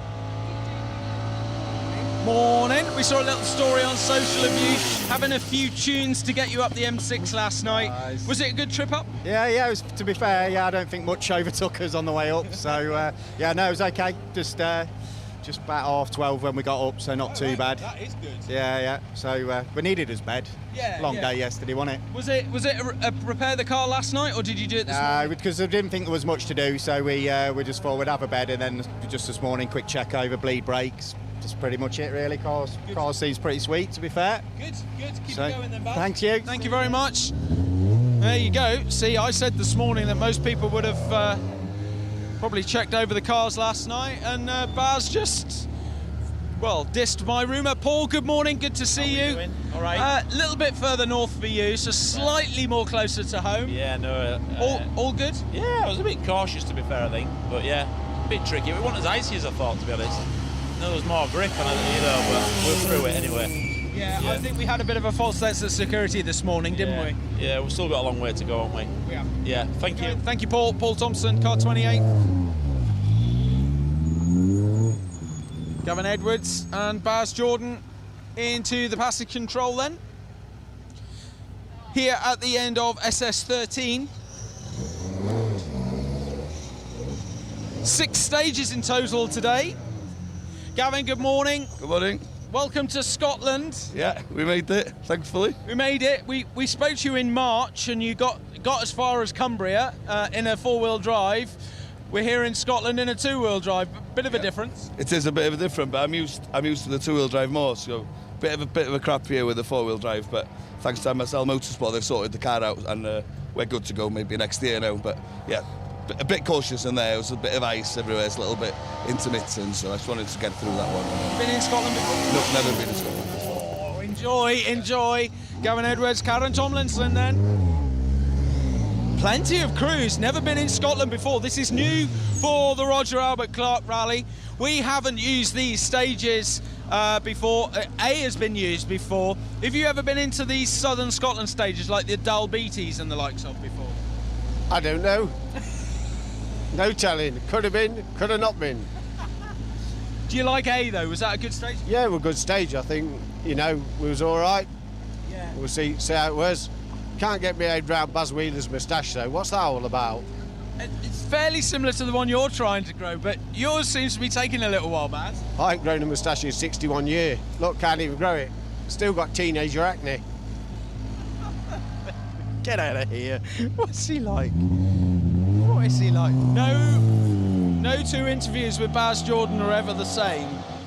No interviews with Baz are the same. Okay, that was Baz Jordan. Just before him, Gavin Edwards and Barry Stevenson Wheeler. Am I in the sun there, Bex? Which way? Which way? You tell me. Oh, bless you, bless you, bless you. Yeah, 6 stages today. We said at the outset of our programme this morning, unfortunately the 2 stages in Arrock Hill cancelled for us just due to permission issues. So sad to see, but it's the way it goes sometimes. No such issues we hope this morning for young Ben. No. Like that one? Yeah, it was good actually, a bit quicker than the Welsh stuff, but took a bit more balls actually, a bit of commitment. So. And it's quite a start actually, with sort of heading straight in at 8 miles and sort of early morning, wake you back up again, not much sleep last night, all adds together, doesn't it? Yeah, no, exactly, to sort of get in the mindset to then go and drive as quick as you can. How much sleep did you get? Quite a bit actually. We, well, I say quite a bit, I think we got in about 12:30. So yeah, so we were up at sort of 7:30 and yeah, not 7:30. Yeah, lovely leisurely start. Cooked breakfast, you know, moseyed on down. It was very nice. we're with you tomorrow. Right, well done. Thank you, Ben. Ben and Stephen Smith. Some times behind you here. Look at Bob. Look what Bob has done, Bex. Look at it. Have you seen? It's brilliant. It's brilliant. We will. Rich, good morning. Stop looking down there. I know what you're looking at. We're just lacking confidence massively. It's quick though, Rich. It's so fast on these stages, isn't it? Yeah, it's fast. It's good. I like the stages a bit a lot more than down Wales. Yeah. So much more flow to it. Yeah. So, yeah, they are. You can get. There's a little bit of hooking to be had as well. There's a bit of adverse camber in there just to get things flowing. Yeah, no, it's good. I enjoyed it. Okay. We just need to get confidence. 9:10. Do you know, don't diss yourself, that is pretty good. When you think Adrian Hetherington was on a 9:18 in there, yeah. Daniel Menel on a 9:12, Ben Friend on a 9:09, 9:10. So it went bad. That is good. Yeah, there's so much more. We'll get it by the end. Good man, that's not bad. Psychological, this sport, isn't it? Isn't it psychological? The reason Rich was despondent then, I think, is we've got a little timing board that Bex was just looking at a second ago, and it's just showing the times. And he's just looking at those top times, looking at the 8:47, the 8:39, and he's getting a bit despondent. But you know, it's not that. It's about where you are on the results leaderboard, and sort of 9:10 is there or thereabouts for his results. So, yeah, there we go. In your snowy year, in the podium year, did we come into A? I think we probably did, didn't we? Yeah, we did, yeah. Always been in here. It's nice. Yeah, it is nice. But is it better with a bit of sunshine? Yeah, I sort of took it a bit... I didn't know what it was going to be like. I thought maybe it's going to be really icy, but actually, a lot of grip. It was quite nice. It was good. It shocked everybody this morning. Yeah, I think so. I was literally thinking, oh my God, here we go. But no, it was quite nice. It was good. Good. You know, good. but looking forward to the rest of the leg.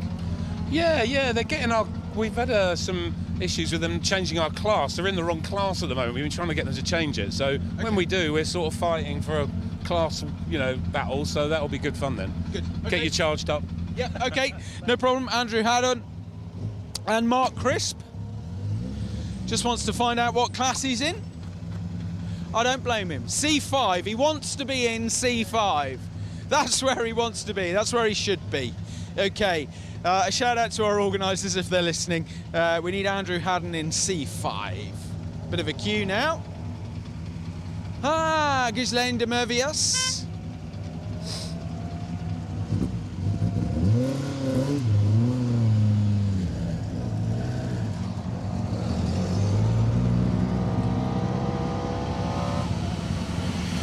Ghislaine been done.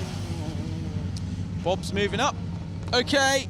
Craig, good morning. Welcome to Scotland. Welcome to southern Scotland. and an RAC rally staple in A. It's been around for a long time. Yeah, it is. Good morning, everyone. Yeah, it's enjoyable in there. It's just heart in mouth all the way through because the conditions, it's like very, very slippy, but we've just get through in it. Yeah, Long totally. way. Yeah, absolutely. But probably more grip than I think most people were expecting, to be fair. Who have you been speaking to? I found that really slippy. Okay, that's interesting. Okay, maybe wrong tyre choice, or are you happy with that? I went on soft, I don't know, but... Don't know. Something to think about. Well done, Craig Jones, Ian Taylor. Young Mr. Banner up next. Callum Atkinson. Chat with Steve, if you stop, he will, indeed. Good morning, Steve. Well, it ain't quite Yorkshire, but we're getting closer, mate. Yeah, very interesting stage, that. Yeah. But, yeah. You've done it a few times on the RAC, though, haven't you? Yeah, but I don't remember much. I remember the bottom hairpin where I just spun now. Oh, you didn't, did you? Yeah. Anyway, never mind. Never mind. We're here. Reset and go again. Yeah, that's it. No, job's a good one. Keep it going. A little spin for Steve Bannister and Callum Atkinson in that stage then. Sun is beating down on us here. I wouldn't say it's massively warm, but it's beating down on us, raising the air temperature slightly.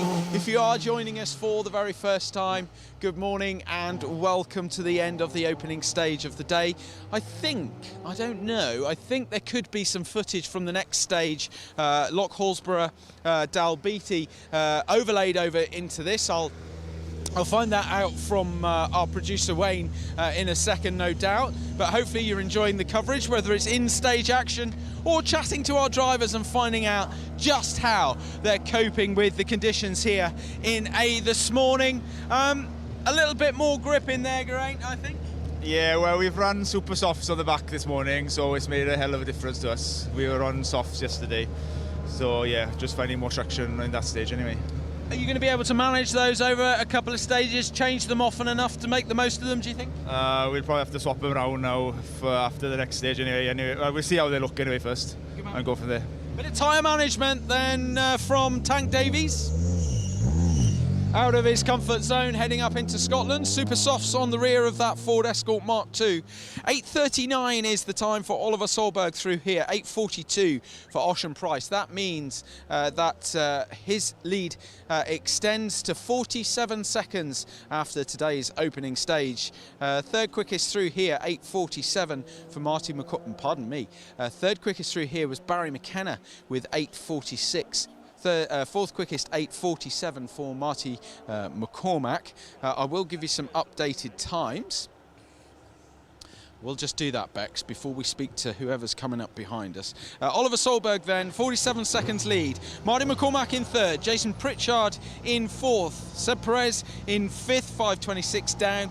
Cahan McCourt in sixth place. Seventh, Ben Friend. Eighth, James Ford. Ninth, Richard Tuttle. And rounding out the top 10, Adrian Hetherington. Yeah, we did say that Adrian had made a move on Dovrig, James, I'll get there in the end, Dovrig just a slow run for him, 9:45 through here, dropped about 35 odd seconds, so a bit of a shame for him, but that just means that Adrian Hetherington now, after this stage, moves into the top 10, and as far as Cat 2 goes, just to round off the results, Cat 2 goes, Mike Stewart sets a storming pace to open up a 42-second lead over Robert Woodside on the first stage of the day. Right, Rudy, a little bit of Scotland to start the day. Did you enjoy it? I did, yeah. Lovely stage, isn't it? It's nice. Yeah, beautiful. Yeah, and we don't have to go over to the other stuff where, if I remember, you were fighting for a couple of years ago and didn't make it out of, sadly. Can't remember that stage now, but we don't have to go there. Try to scrub it out of my mind, yeah. Yeah, there we go. Yeah, no, it is. I noted this one's very much like Crooken, you know, the surface, the surface and the way it flows. So, yeah, good first day start and a good third day start, really. Yeah. You know. And some stages coming up next that I don't think anybody's really done in any high quantities before as well. No, I don't think so. I don't recall any of them. I do recall this one, but none of the others. So yeah, interested. Good man. Keep it going. Thank you very much, Rudy Lancaster and Guy Weaver. Good to see them back out. Huge shout out to our sponsors then, Amigos Tequila Beer, for bringing you all the live footage this weekend.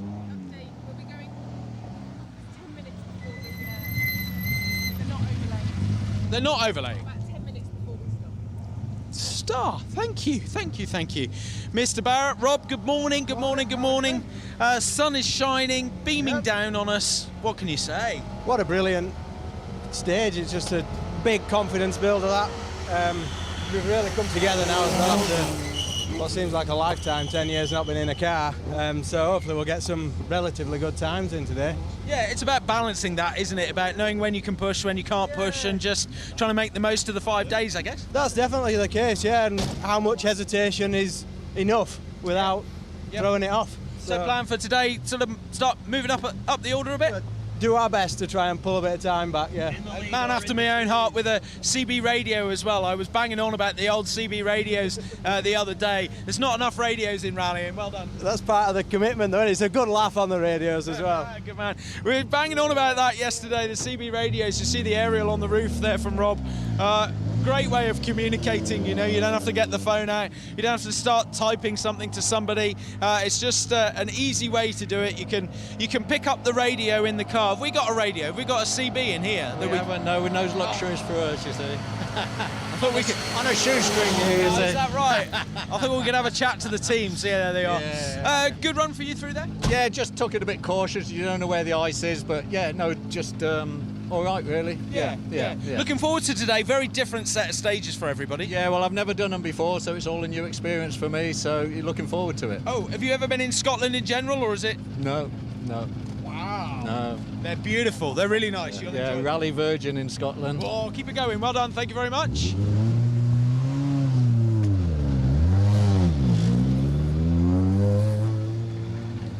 Well, I'm going to just turn my pages now, if I can do that. Oh, Bex, I'm having trouble. Woo. Tony, good morning. Hi, good morning. How are you doing? Yeah, nice to see you. Talk us through a good stage. Fantastic stage, yeah. Fast in places, bit slippy in places, lots of opposite lock. Plenty of that. Yeah, but yeah, it was good. Enjoyed it. Yeah, they are beautiful. Beautiful way to start the day as well. Yeah, a bit of everything in there, really, but yeah, some slippy bits. Yeah. But yeah, got through it, all right. Yeah, and looking forward to the rest of the day? Yeah, can't wait. Yeah. Well done. Keep it going. Tony and Matthew Thompson then.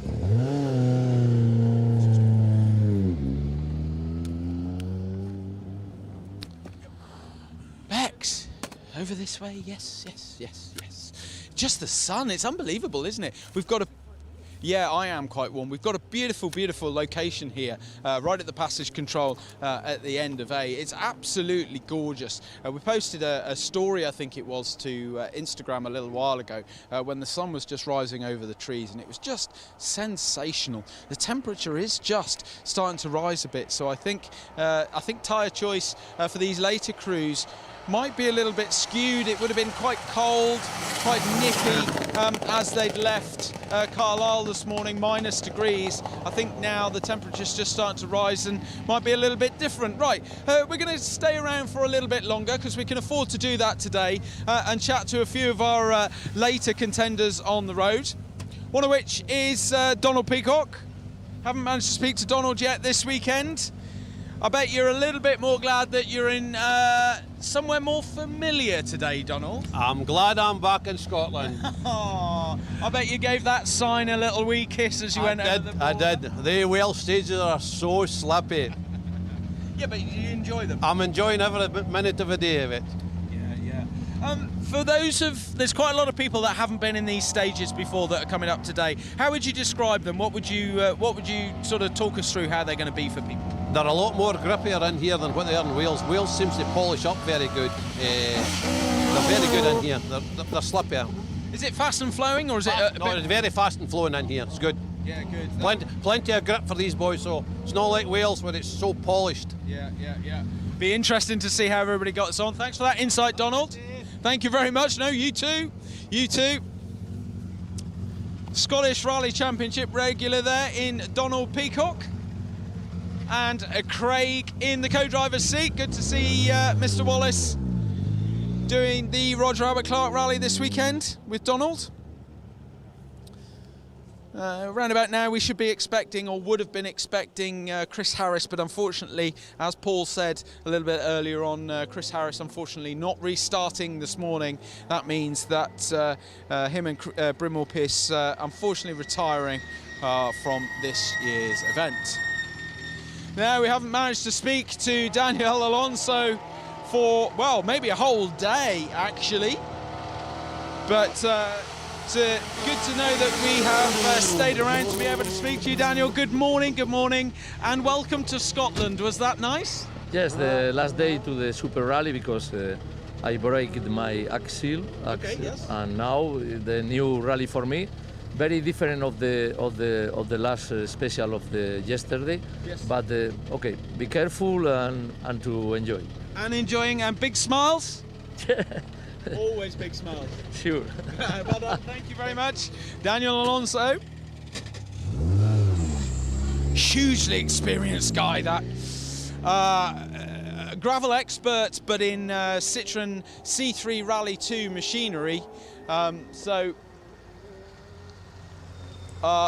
Plenty of gravel miles under him, but not necessarily in a Ford Escort Mark II. Good morning, Phil. Nice to see you. Nice to see the sun's out and nice to be in Scotland, isn't it? Absolutely, yeah. Now you've got a perfect stage to start the day with. Yeah, I mean, we all remember A from probably the 80s, the 90s, probably even, you know, before that even, I would think. Oh, yeah, this is one. If you would get stages like this all day, we're blessed. Yes, you know, absolutely. Yeah, clean run for you? Yeah, good. I was just pretty cautious because waiting for them icy patches to have you away. Yeah. And it wasn't as bad as I thought, so... yeah, replicating what everybody else has said, so Good. yeah, keep it going, well done, thank you very much. Our event supporters, rally and competition equipment in Phil Squires and Mick Squires, huge thanks to them for all their support this weekend, and of course all of our partners, Pirelli, Sherwood Engines, and Bex, just zoom back a bit. This looks like, Andy, this looks a little bit recent. Yes, third corner from the end, just run a tiny bit wide, dropped the back in the ditch, and over she went, unfortunately. Oh, she has gone over as well? Yeah, we've been over on the roof, yeah. Oh, okay. Yeah, a little bit of collateral damage, but... To be fair, it doesn't look too bad. Doesn't look too bad, no, we're very, very lucky, I think, yes. I think we've got a little bit of steering problem, but I think we can get into service and carry on. Yeah, thank you. Definitely. Do you know, considering that's been over, doesn't look too bad, Bex, considering that's a roll. Yeah, we'll let you go where you need to go, because I know it's difficult walking that camera. If you can go back a touch, because poor old Bob is running down the road as well. I know it's not easy. Okay, good stuff, good stuff. Car 65 with us then. David Pedley. Good morning, David. I was going to ask you what was your choice of dinner last night, but I definitely know what it was because we were all both eating the same thing, I think. Steak, probably. That's what it should have been. That's what it should have been, but I know it had a burger in it. Well, good yeah. trip up the road last night, though? Yes. A few misdemeanors, well, yeah, late bed, but that's part of it. That's the RAC, isn't it? Yeah, I think so, yeah. It's a bit not as slippy as I thought there. Yeah. Better than expected.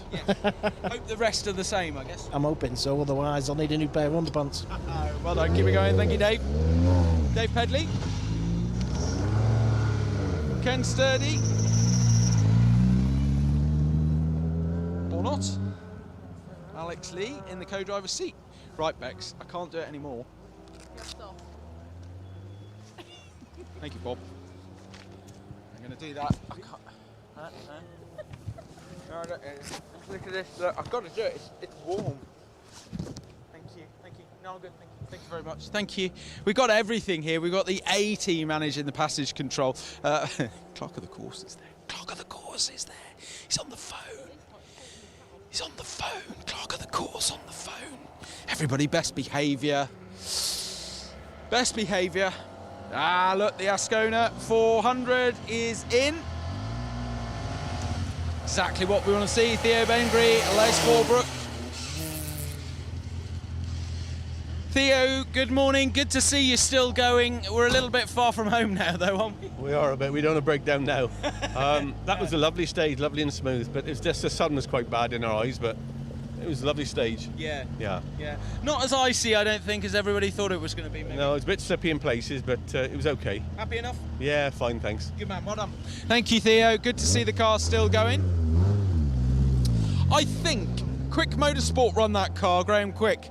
I think I saw Paul Kynaston helping out with the Quick Motorsport team, and Paul Kynaston has done the Roger Albert Clark Rally quite a few times in his own right in an Ascona 400, so he's just the man that you want to have on the spanners if all goes wrong. Paul would know exactly how to fix that, and both the Kynastons actually staples of the RAC Rally, neither of them doing it this year, but Paul and David Kynaston have long supported the event. If you're just joining us for the first time, yeah, where have you been? It's been a long old morning. We were live at 7:15 this morning, 7:15, just to introduce the day for you. Paul has been doing a cracking job commentating on our open category and up to 1600 field that have been blasting through the stages, and we've had a chance to chat at the end of the stage here, at the end of A. With our main running crews who we're getting down the order a little bit now, but that's okay whilst we wait for Dalbeattie to kick off. Dalbeattie was due at 10:03, yeah, so there is a bit of a gap. But look, it's Saturday morning. Whatever you're doing, if you're at work, if you're at home, if you're in the streets, if you're in the stages, don't worry about it. We've got you covered this weekend. Mr. Stokes, we are live. Please do not swear. You're not a swearer. Language. Yeah, no, you're all right. You're all right. You're all right. A very different prospect from yesterday. Now we're in Scotland. Oh, totally now, isn't it? Plenty to look forward to, though, today. Oh, very good. Looking forward to it. Yeah, was that good for you? Yeah, very good. Not fast enough, but that's obvious. Yeah, but look, there's a long way to go. I guess exactly. I'm on the pace now. Are you just trying to keep a level head throughout the weekend? That's the plan. Okay, how's that going? To plan. Well done, Andrew. Andy Stokes, of course, in the Ford Escort Mark 1. Very popular Ford Escort Mark 1 at that. Good to see them.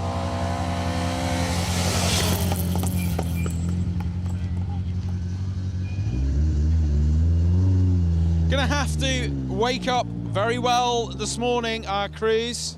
It's been a long drive from mid-Wales. It's been a long drive. Actually, you were just pointing though at Bob there. Just huge shout out to all our volunteers, all of our marshals, all of our rescues, our recoveries, our timekeepers, all our volunteers, everybody that has helped to make this event happen this year. We need a mammoth army of people to come out to help us run a safe and efficient rally this year, as we always do across these 5 days, and we simply could not do it without the help and support of all our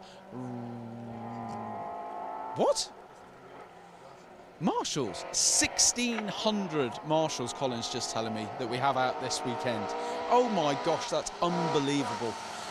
Huge shout out to everybody who's given up their valuable time. We know things are slightly different nowadays. It's not quite so easy to recruit marshals and bring everybody out into the forest to give up their time, their effort, their energy, put their hands in their pockets to come out and marshal. But when you have conditions like this, when you have an entry like we have here, when you have a quality of field and you have such beautiful stages, I think that's the draw, that's the attraction. But a huge thank you to coming out and supporting the Roger Albert Clark Rally this year and always. Now, a little bit different. Always good to see different on the Roger Albert Clark Rally. We haven't seen a Chevette so far this weekend. Always good to see you, Ben. I think you were a little bit fraught last night, so are you a bit better this morning? Oh yeah, the 3 hours sleep is just—it's really just done me proud. Yeah. Tricky, difficult, isn't it? It's hard. It is. It's intense. I think when you're planning for this event, you're excited and you don't quite get your head around how involved it all is and how sort of how full each day is. And how quickly it can unravel as well. Absolutely, yeah. I mean, we had an alternator problem out of the blue last night, and that's just what happened. So we'll try again today. Good. Clean run through there, though? Yeah, clean enough. It was okay. Good. Yeah, thank you. Keep it going. Beautiful to see the Chevette with Ben Jemison still going. It's absolutely it. It's just how quickly it can all unravel.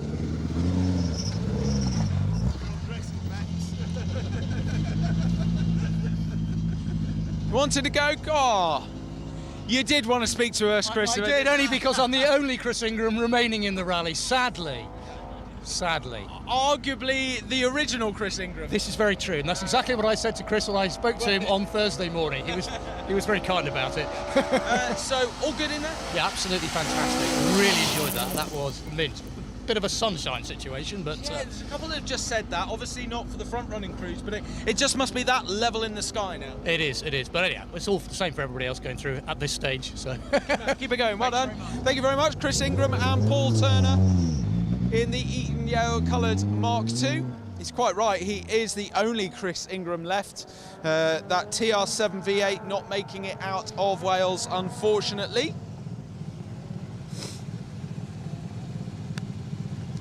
You stay there, Bex. Tell you what, you stay there. You stay there. We'll make them come to you. That camera's too heavy to be lugging around. So. It's layer off time. It's not very often we say that on the Roger Albert Clark Rally, that it's layer off time, but it is today. Back to the four-wheel drives, the second one that we've had here today at the end of A. Darren, good morning. Is the Legacy behaving itself? Yeah, it was good in there, yeah. Made for frost, so yeah, it was good. I tell you what, it evokes so many memories just listening through this on the live feeds, just hearing the sound of that engine. There's so many people that just love seeing this car hurling through the woods. Yeah, we do as well. You can hear it in here. It sounds decent. Yeah. Does it bring back the same memories for you? You know, yeah, that era. Yeah. I mean, you've got to mention McRae in a car like this. McRae and Burns, yeah. Growing up a lot, yeah. Good man. You need another car in the LNX colours next time, okay? Possibly. Well done. Darren Martin, Pete Johnson in the Legacy. Does sound beautiful, doesn't it? That faithful recreation. A local man then in Jim Robertson. Paul Gribbin on the notes. Good morning, Jim. Great to see you. Nice to be on home soil. Absolutely. If we can give it a blast in there, what a joy. What are these stages like for the folks at home that don't maybe know the difference between the Welsh stages and these from sort of this area? What are these like? The Welsh stages are very similar actually, but the only ones that's a kind of the problem is the Sweet Lamb and the Walters Arena complex. And other than that, they're pretty similar. Wales is a bit wider, but because we know this is home soil, so we can give it a bit of a blast up here, where it's a bit more difficult for us down there, but now it's our turn. So. Yeah, absolutely, the baton has passed to you. Keep yeah, it going. Absolutely. Well done, boys. Excellent. Jim Robertson and Paul Gribbin there. Good to see those two boys going. Paul co-drives for Angus Laurie, another Scottish Rally Championship regular. And Jim transferred from a Citroen C2 R2 a few years ago to a Ford Escort Mark II. I don't think he's looked back, actually. Very much enjoys his rallying, a staple of the Scottish Rally Championship. Yeah, good for Jim. A little bit further down the order as we head down. Adrian Young, Gwynfor Jones. Morning, Adrian. Unfortunately, we're a little bit further from home now. You haven't got that comfortable feeling that you get when you know where you're going, have you? No, it was a nice day today though, that first one this morning. You've been in Scotland before though? Yeah, we've been up here doing this rally a few times before. Yeah. You enjoy these stages? Yeah, this particular stage was very good, yeah. Yeah.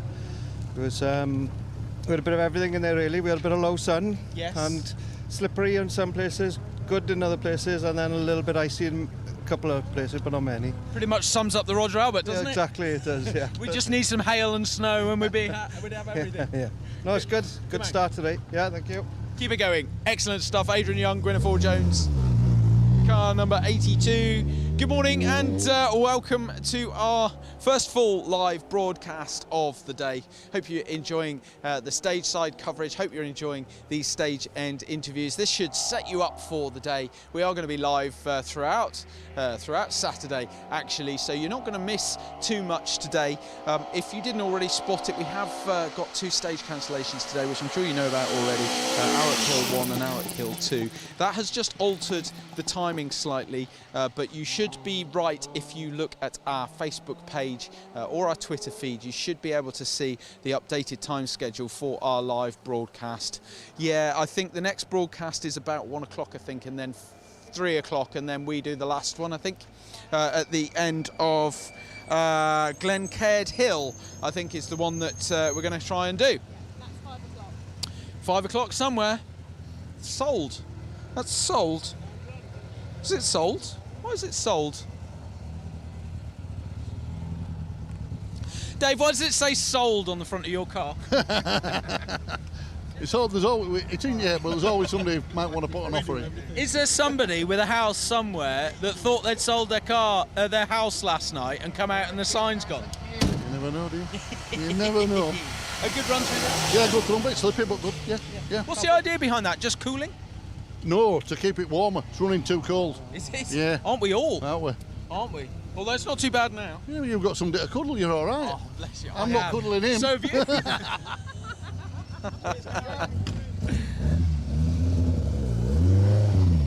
Thank you very much. Yeah, live times 15:33 for stage 20 and then 16:59 for SS21.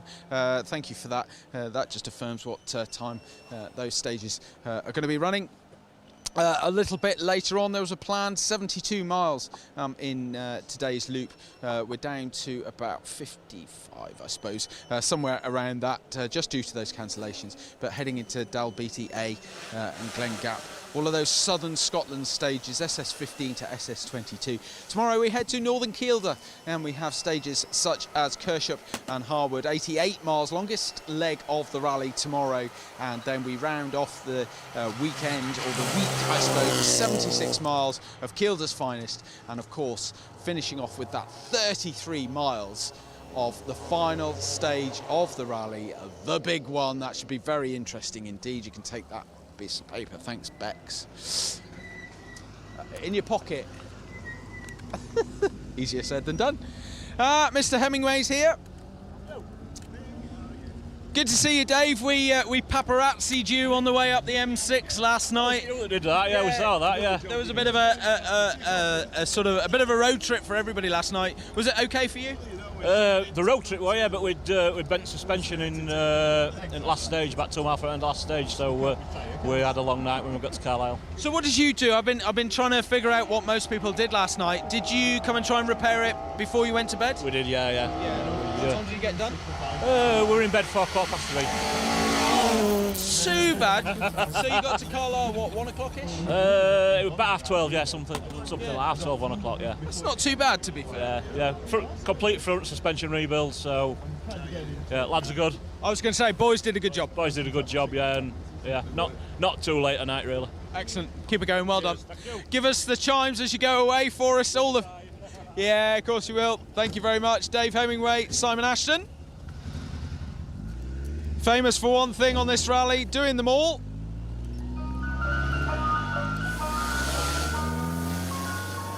Bless them.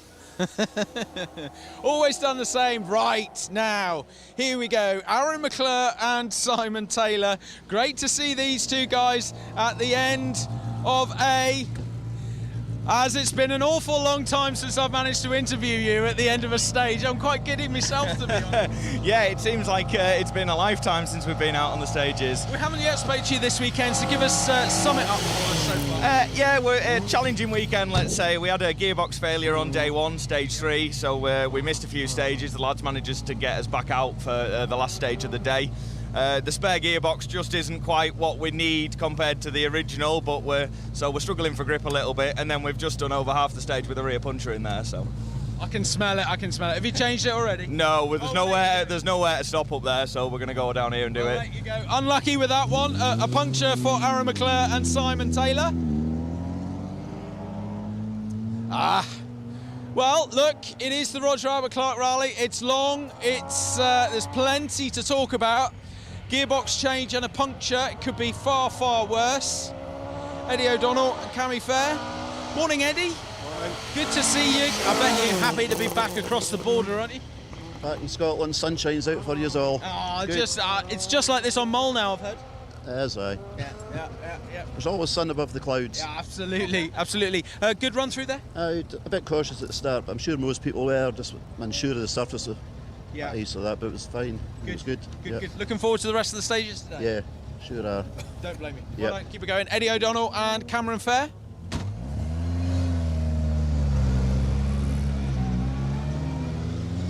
Now, another Islander, not from Mull, but from the Isle of Man. That's a long trip over. Ah, yes, fair trip, yeah, but worth it. Yeah, we're having a lot of fun. Yeah. Not much forestry on the Isle of Man though. The forest stages that we do have occasionally are really rough. Not good. But these are absolutely classics, staple of Roger Albert Clark rallies, staple of the RAC rallies. Did you find it just as much fun? Yeah, this last stage was hard because it was icy under the trees and the sun being at the height it is. You come round a corner and then you don't know where the next corner is. It's hard, but yeah, it's good. We're having great fun. Yeah. Good. Looking forward to the rest of the stages today. Yep. We're on a charge, trying to catch up. We had a stage max on stage 1, so we've been trying on the catch up all rally. I'll keep it going. It's a long way to go. Yeah. Cheers, guys. Well done. Good to see you, Steve Orman-Smith there in the Ford Escort Mark 1. And John Tier in the co-driver's seat, didn't tell us about that, did he? I guess that was what the stage maximum was, damage to the roof. Now, I'm happy I'm speaking to this next guy, because he's my next door neighbour. This is a little bit odd. All the way down in Cornwall, I get to interview Mr. Brady. Both Bradys. Having a bit of a chinwag. Who's that in the co-drive? Is that Paul Bobbett? No. No, I can't. No, I don't know. No, it isn't. Let's get Mr. Brady up in the Porsche 911. Morning, neighbour. Morning, how are you? How are you, all right? Yes, I'm well, thank you. I wonder what it's like back home. Warm, I expect. Warmer than Certainly this. not as cold as this. Although, having said that, I think the conditions have caught everybody out today. I think they're a lot more grippier than we thought. It is grippier, yeah. I didn't realise how much there was a lot of tarmac on that stage to start with, and I didn't realise, but yeah. It's part of the RAC. Oh yeah, no, it's good. It was good. Yeah. It was How are you welcome. finding the adventure? This is your first one? This is our first one, yeah. Yeah, it's good, yeah. Last night was a bit of a mammoth, getting up to Carlisle at 2 o'clock or whatever it was, but yeah, no, it's good. It's been really good. Car behaving? Car's behaving, yes. You both behaving? Sort of, yeah. All right, keep it going. Thank you very much. James Brady there in the Porsche. Jack alongside him. Cat F2. Grant, good morning. Good morning. Morning. A little bit more comfortable now with the right side of that border. Well, look at the sun shining as well. It's glorious. You've all arranged this purposely, haven't you? Just to show you what could be done. I wish it would go away. Can you see in there? It's right in your eyes. It's just at that level, and of course it rises so slowly as well, doesn't it? Yeah. Well, we've got to make the most of it when the sun comes out here, you see. Well, absolutely. You're all sunbathing. There was people out in shorts and t-shirts as we came here this morning. Yeah, we had a windscreen full of Porsche in there as well, so that was interesting. Did you follow him for a while? Yeah, last couple of miles. So. Okay. Hey ho. All right, keep it going. Thank you very much, Grant Inglis. Heading down the field a little while now. Car number 56, Mark Holmes. Mark, you're running a little way down the field. Yeah, we did. Wasn't so good last night. I couldn't see where I was going. I think we had a little off as well. We lost about only 15-20 seconds, so we got back on. But yeah, I was struggling in the dark last night. Really, I didn't want to put it off. So get it round in it, get some mileage. Yeah, fair play. Do you like these stages up here? Yeah, it's a bit technical and the lots of variations in the grip and that. Yeah, and then the sun, obviously, the sun's in your eyes, you couldn't see anything. But yeah, it was interesting. Bit of everything, mate. Keep it going. It's woke me up. All right. Thank you very much.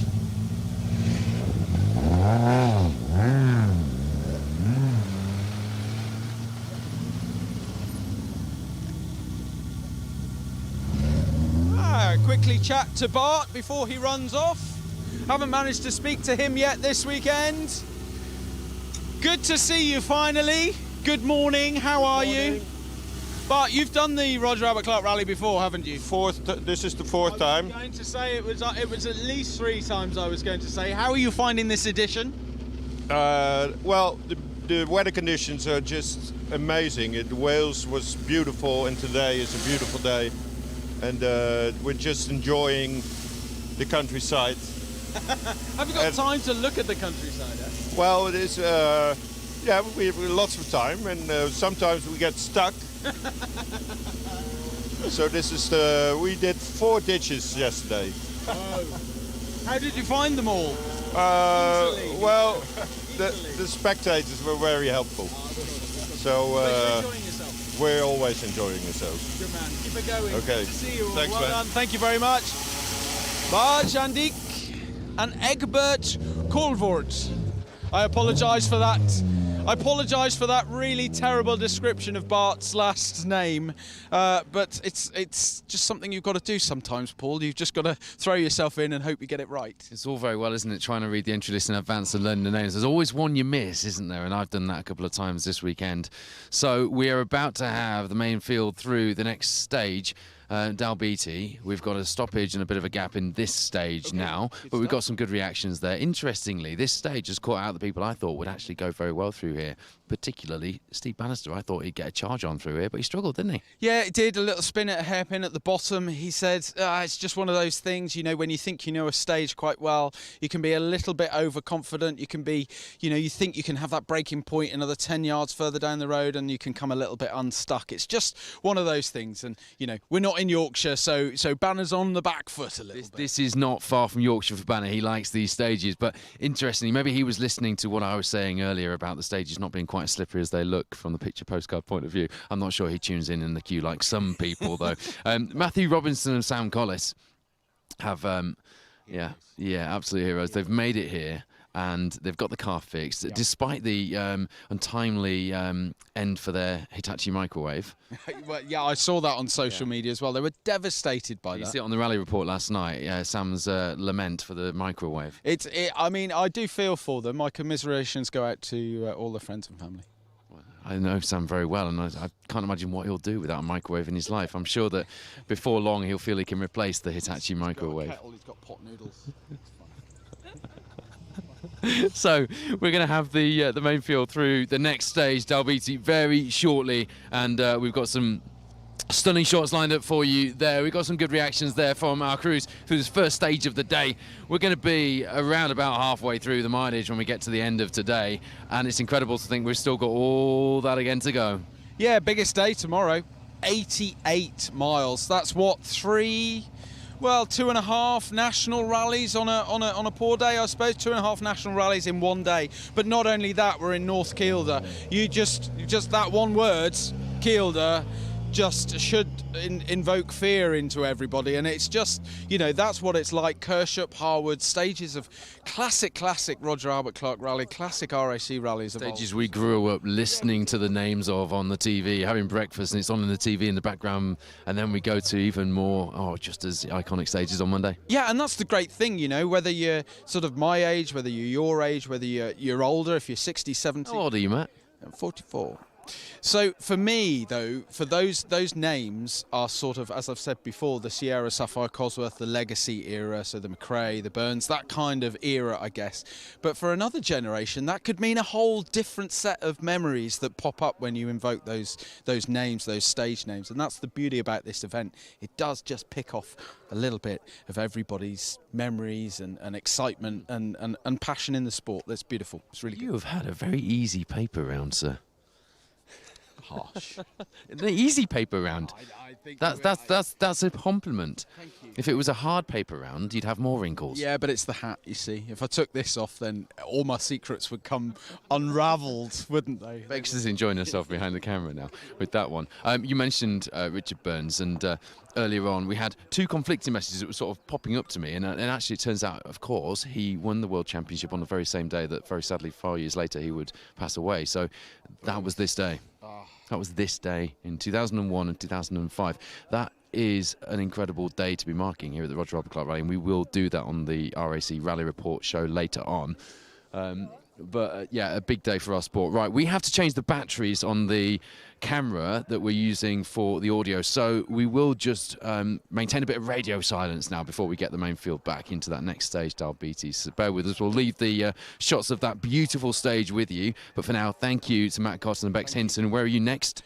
I can't remember. Don't put me on the spot. I can't either, and I even took a picture of it so that I could come and tell you where you were next. So I'm going to bring the picture up. Right, so there we go. That's our schedule for today. Glencaird Hill 1, that's where we're headed to next. That's 1:15 for Matt Cotton for more end of stage reaction, and then we've got more live action from 3:15. Phil Bramwell has got arguably the hardest job because he's got the whole field through and he's stuck out there in the stage. So unlike you and I, can't pop back in and grab a drink or whatever else. No, fair play to Phil. That's a tough job. It's hard enough talking to crews. It's hard enough doing what you do, commentating over the screen, but to do absolutely everything at once. And it gets dark during Phil's stream, and he has honestly been heroic at keeping the stream going and talking just over headlights. And he's done enough preparation that he's almost able to pick out which is which just by his order, which is pretty impressive. And that's the sort of thing we normally have to do on BTRDA events, and you have to do on the British Historic events and things. So we know what that's like, but we've got a few more luxuries this time with our nomadic lifestyle during the Roger Albert Clark. We're doing all right, aren't we? To be fair, I think we've got it pretty easy this time. Yes. It's everybody out there that's like Phil, and of course all our volunteers that are following this 5-day rally. And I've got some luxury accommodation as well. I've got a lovely place to stay in, so I'm going to go and get the batteries changed, and we'll be back to that later. More action coming up from Matt Cotton at 1:15, and then Phil Bramwell at 3:15. But coming up next, the main field through this next stage, the Dalbeattie stage.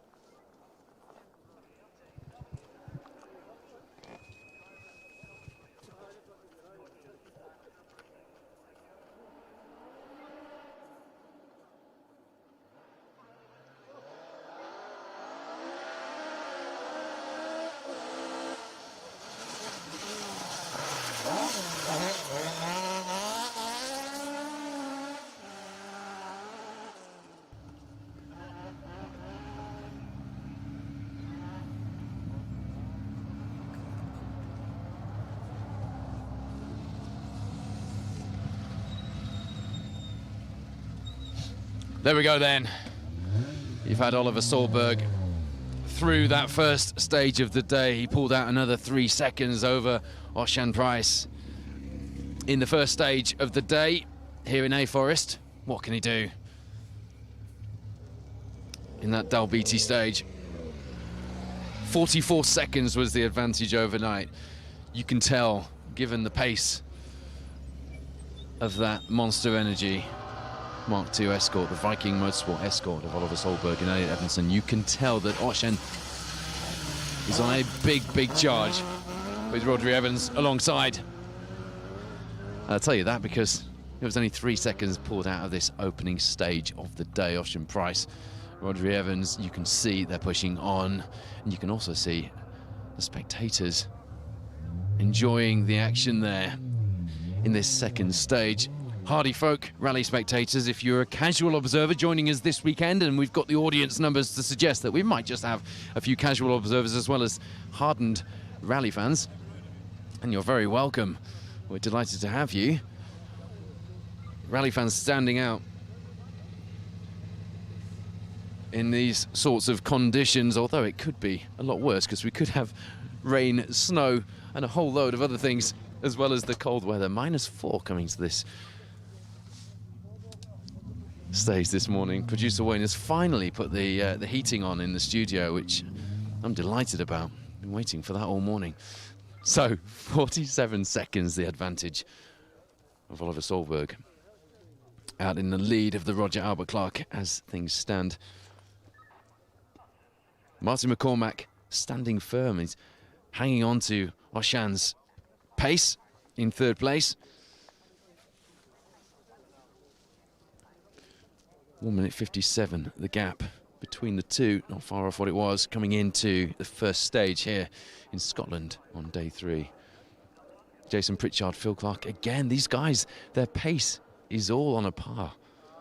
Not letting Marty get too far ahead, 42 seconds the gap, that's nothing on the Roger Albert Clark, particularly 120 now, miles in to the rally.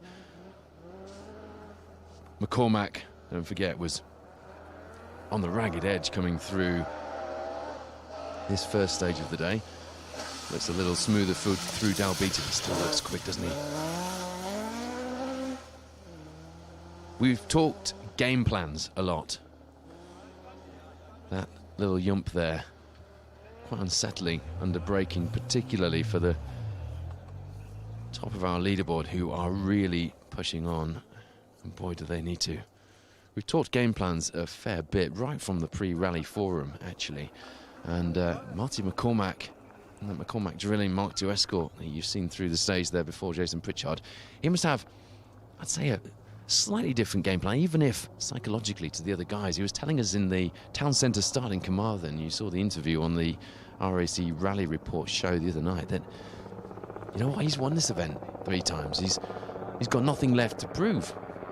He'd love to do it again, and that's what he's here for, but the other guys have a little bit more to prove. So Marty can just sit tight, hold the pace, show them that he's not going anywhere. Jason will be really pushing today, as well as Seb Perez. Gary McElhaney alongside. Seb was happy through the first stages of the day. The Stratos, in Seb's words, with the power of a Porsche and the agility of an Escort with those big 13-inch wheels.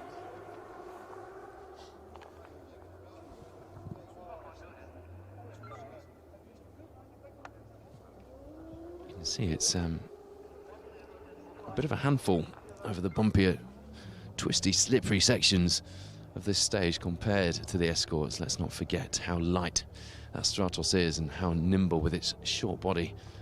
Spectacular to see, and Seb hanging on in there as well. 2 minutes behind Pritchard in 5th place at the minute. Got to keep his eyes on his mirrors if he has any issues through the next few stages with Catherine McCourt and Liam Moynihan. Only 57 seconds behind. And when we're talking about these gaps, as I've mentioned a few times, and as Matt's mentioned as well, these gaps, sure, for a national rally, 38 to 40 miler, would be fairly sizable. Not so on a 5-day event. Mike Stewart, Sinclair Young, who have been doing an excellent job in the class so far, just getting a wheel, as you saw there. It's Catherine McCourt, isn't it, actually? Yeah, in the Escort, apologies.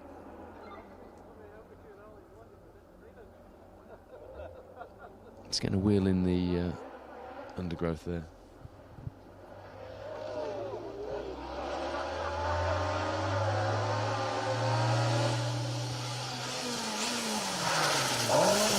So 6 stages for the crews in Scotland, this being the second of them. The Dalbeatty stage. And you can see which of our crews are really pushing to get a fast time through this second stage of the day, can't you? Barry McKenna, James Fulton, very definitely one of them through there. It is slippery, we heard that, didn't we, from quite a few of our crews coming through this first stage. Not quite as slippery as it would have been had this cold snap not arrived 24 hours before we arrived here. But at least with a bit of consolation, Linda Thomas has posted a picture, the cover is to say, we left this behind in Lampeter in Wales. Freezing there as well. Beautiful picture, but it does look exceptionally cold. Tim Ashton says you need a bobble hat. I do, and I'll be in trouble. Seb Perez has given me an Amigos bobble hat to wear, and I haven't yet worn it, but I'm saving it. I will be wearing it and enjoying Amigos Tequila Flavoured Beer, sponsoring our live coverage this weekend with myself, Matt Cotton and Phil Bramwell. Matt Cotton, Bex Hinton now heading to their next stage, 1:15. You'll be able to catch them with more stage end reaction, and then Phil will be live at 3:15. And Phil is wearing multiple hats this weekend, because those shots you see right now, well, they're his. So credit to Phil and the rest of the team. I posted some pictures of the live broadcast team on Facebook yesterday, everyone working really hard to bring you this coverage of the Roger Albert Clark. We mentioned sustainability earlier. Tony Jardine on a mission to prove that historic rallying can be sustainable with that Hillman Avenger. Oliver Solberg, I forgot about this actually, he's running sustainable fuel from Carlos Racing Fuels. Phil from Vital Equipment sent a bit of info on that. The fuel is Carlos, as you see, James Ford in the Porsche. We're just turning in a bit too early then, having to gather it up. But yeah, you can see James is on a push now as well. He's into that top 10 and he'll move his way through. And that seems to be the game plan if you're in a Porsche 911 on the Roger Albert Clark rallies, isn't it? So the fuel that Oliver Solberg is using is the Carlos Hyperflow Eco 98R70.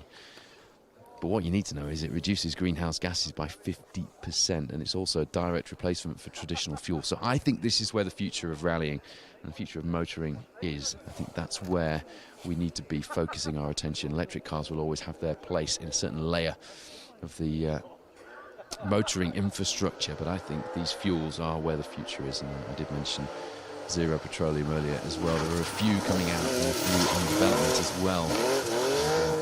Interesting that Vital Equipment are providing that Carlos Hyperflow fuel for Oliver Solberg this weekend. If you can be leading a rally on sustainable fuel, perhaps everybody should be doing it. Richard Tuthill through the stage in his Porsche 911.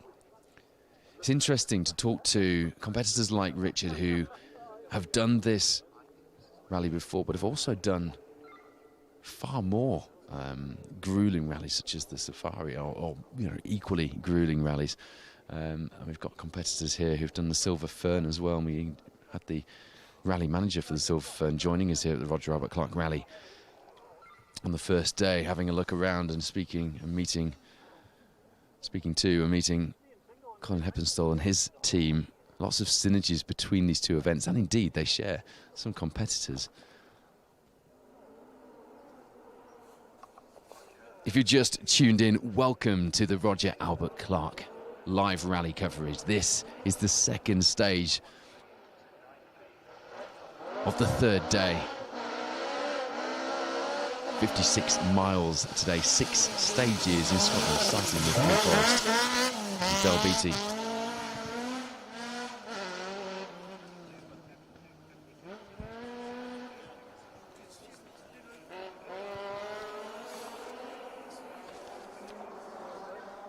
And then after that, we go to Glencap. This is a 4.6 mile stage, quite short by Roger Albert Clark standards, but a fairly standard length stage in most national rallies this. Then we go to the almost 10 mile stage of Glencap. Up next, a stage that hasn't been used for a few years, last used on the Galloway Hills rally 6 or 7 years ago. It's a real driver's stage though, the last 3 miles, like driving on a motorway.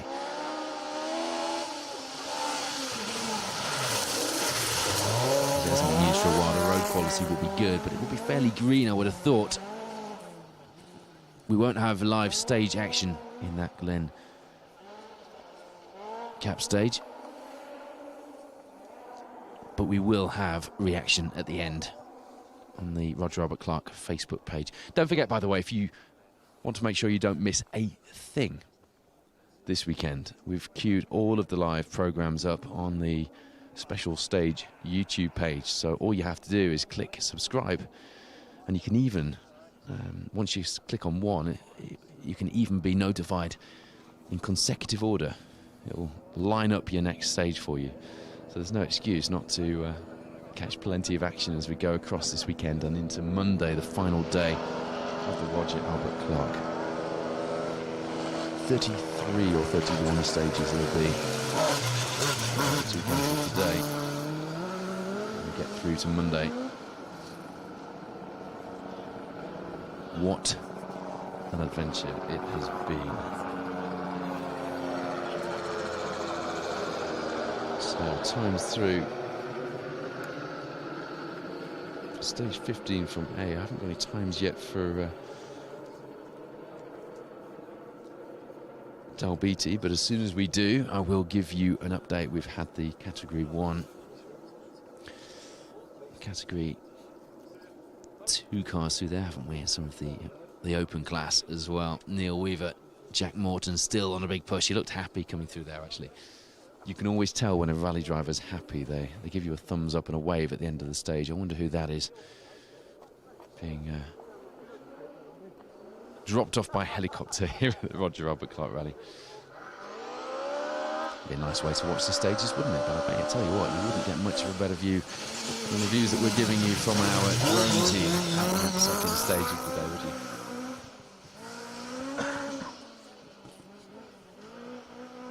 A Forest looked wonderful. With the just light dusting of frost this morning and the white covering in the trees. You may have heard in the interviews at the end of that first stage that some of the crews were finding it particularly slippery coming through here, and a few had issues, but sort of sporadic issues, no patterns emerging. Aaron McClure back running after the gearbox problems on day one. He's back in that Group A 205 GTI. It's a fantastic looking thing in one of the liveries from the old 205 Challenge as well, including old sponsors. It sounds proper. To push on, but he had a rear left puncture coming through this stage, which lost him a fair bit of time.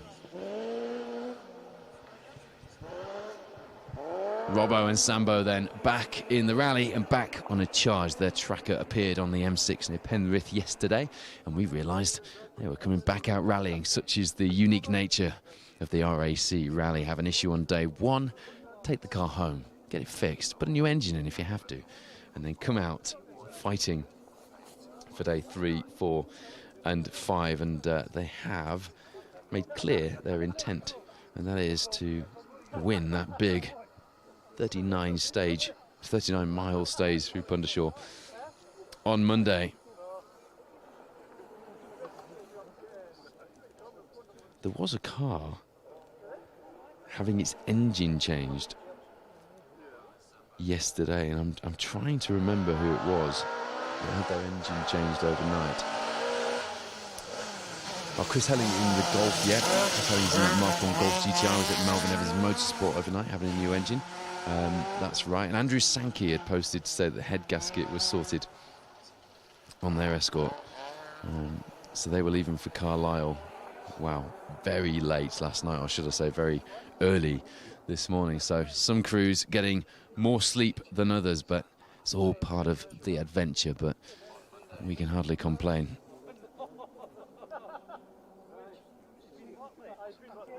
We'll be able to grab some sleep while the crews are driving from stage to stage later.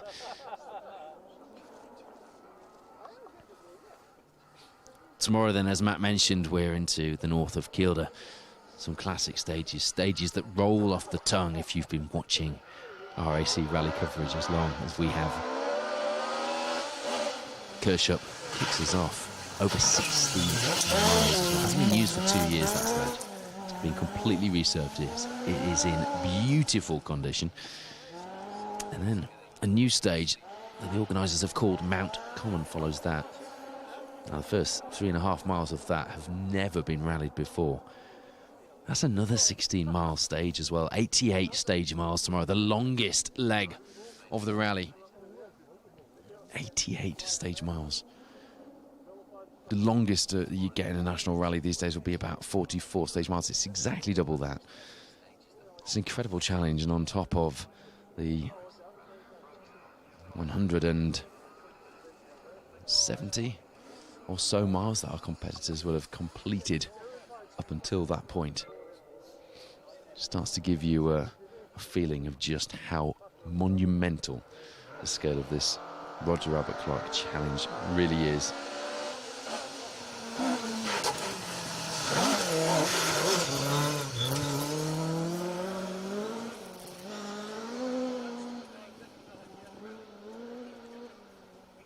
If you go to results.djames.org.uk, that is where you can follow the live results as they come through. If you just tuned in, welcome to stage 16 of the 2023 Roger Albert Clark Rally. This is the Loch Horsburgh Dalbeattie stage. It's 4.69 miles, which is a bit of respite for our crews, actually, a stage that short, but the stage itself is anything but a respite. It's a lovely stage, it's a real driver stage. And as you can see, there's enough to catch our crews out in there. They're all dealing with it expertly.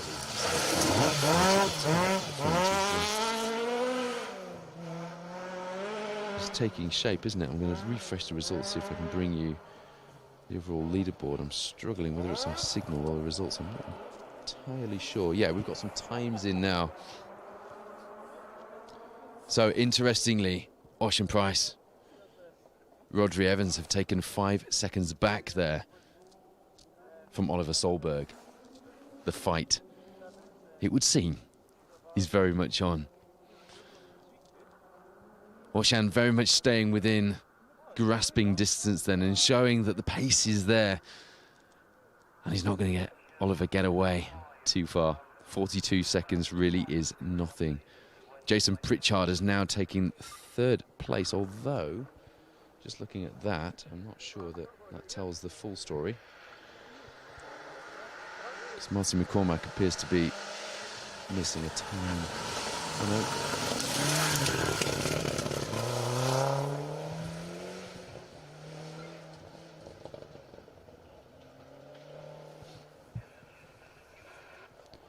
So Martin McCormack, 3-time winner of this rally. We did say, didn't we, that that gap between him and Pritchard wasn't insurmountable.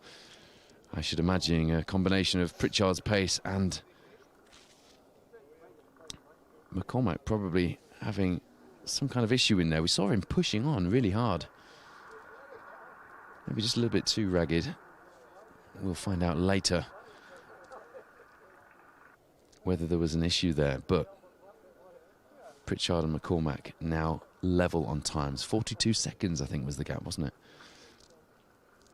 Going into this 16th stage through Dalbeattie. Wow. We're on day 3. We are 125 miles, if my maths is correct, into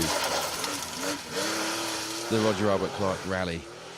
334 being the total, I think, altogether, by the time we get to the end with the 2 cancelled stages from today taken into account. And we are already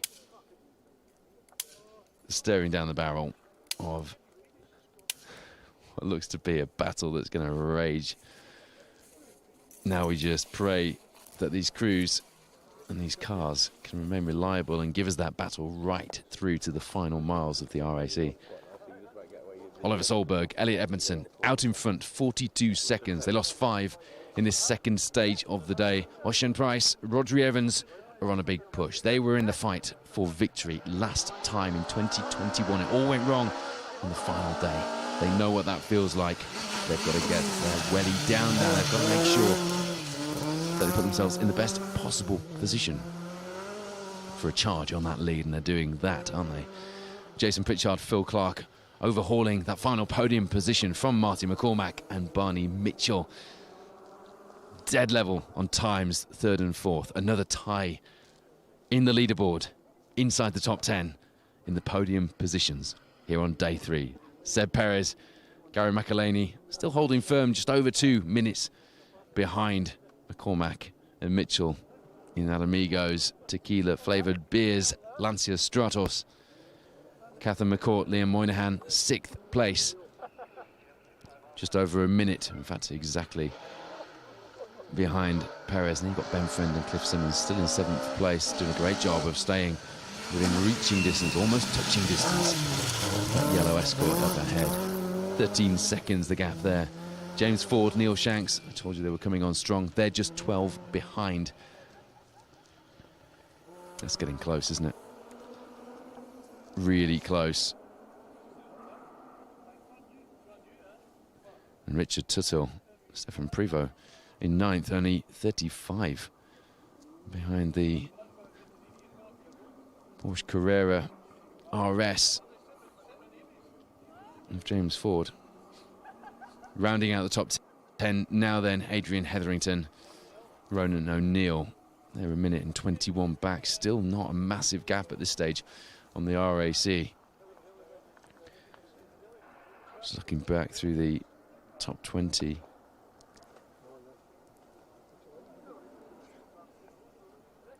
Fairly settled gaps as you go further back towards the mid-20s when it starts to close up again.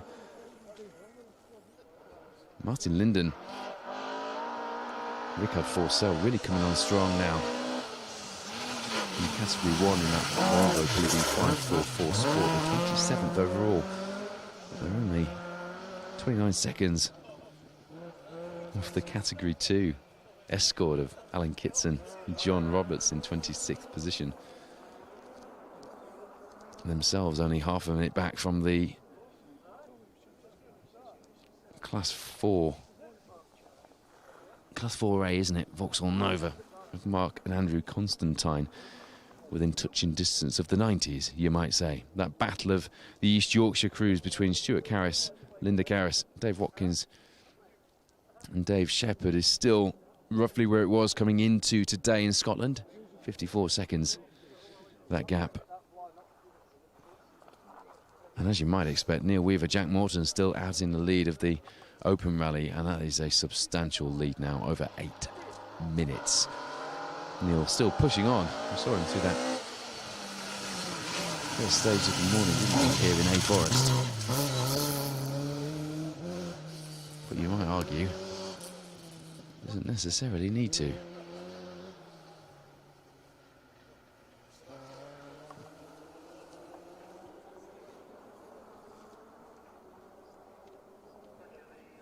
First of our stage times coming in now from Glencap.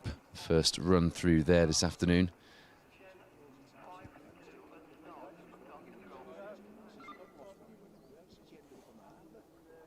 Great to see that Rob Evatt, Michael Evatt got their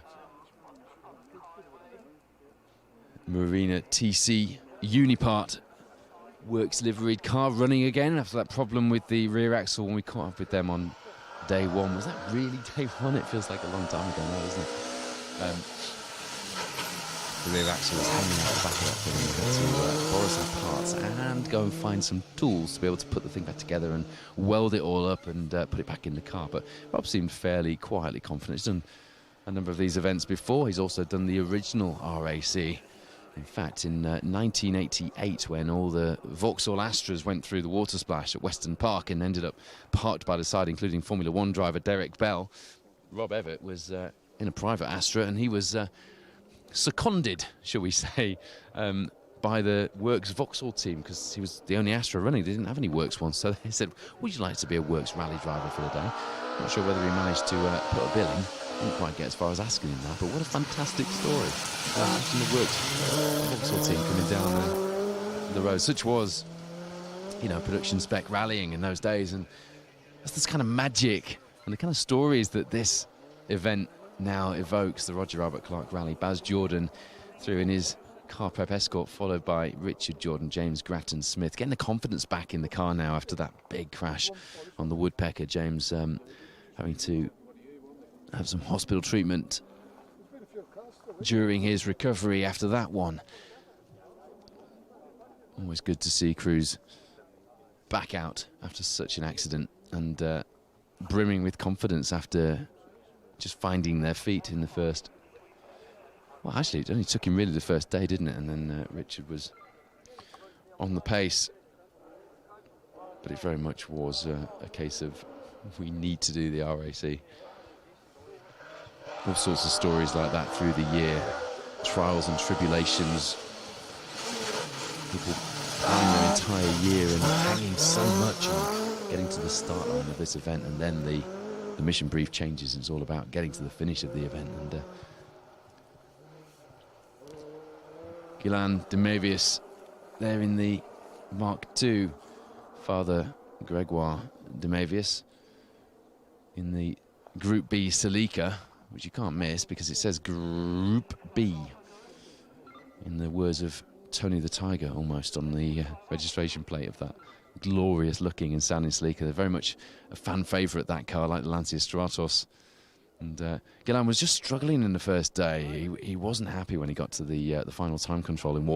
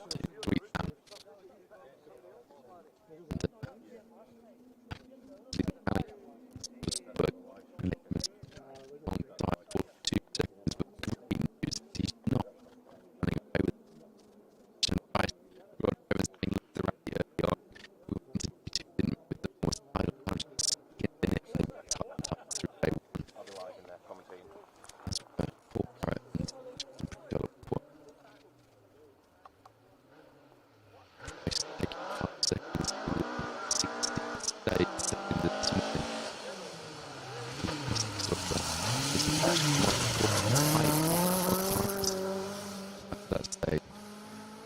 Steve Bannister, hopefully back in the groove after just struggling a little bit through the first stage here, reporting the bizarre stage, I think, which was a very strange day. The feel of bar together and then spinning it, putting through Yorkshire Bash, I can't remember what to use now, it's going to repeat them, but we're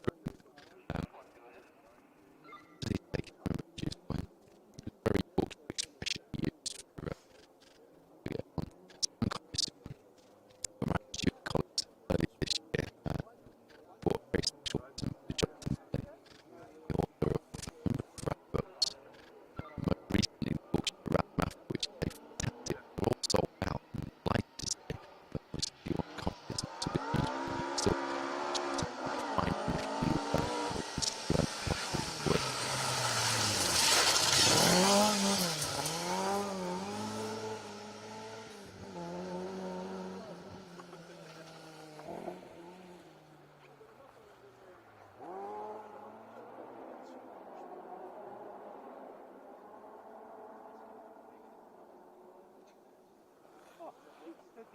the stage or in service somewhere.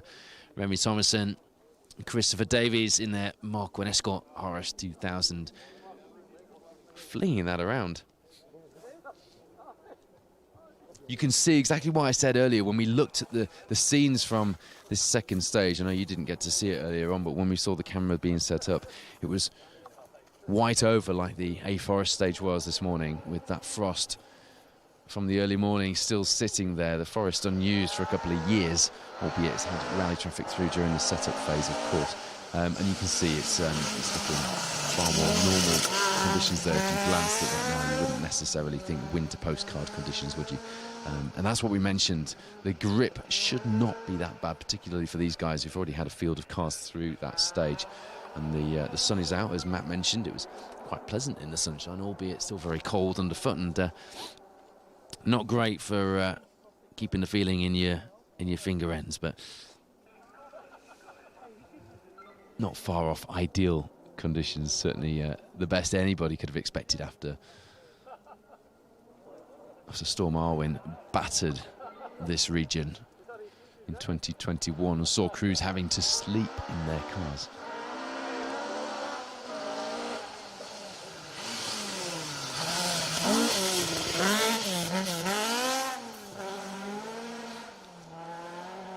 So some fairly notable retirements then, and some retirements that you may not be aware of.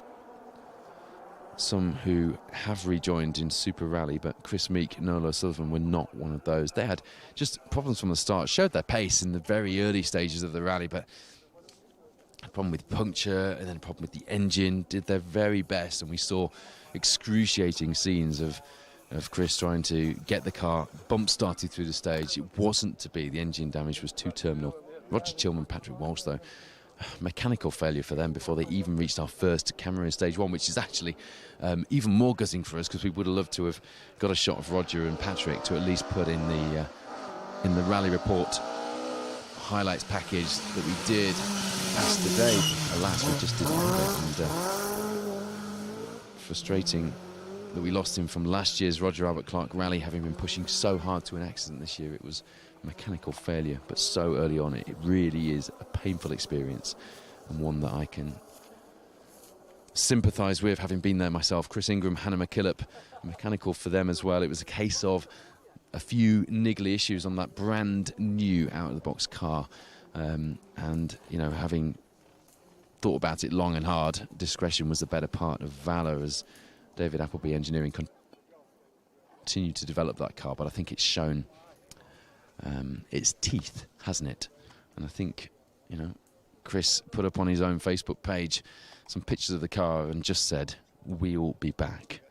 And I have every confidence that we will see that car back, and hopefully sooner rather than later. Don't wait 2 years for the next Roger Albert Clark.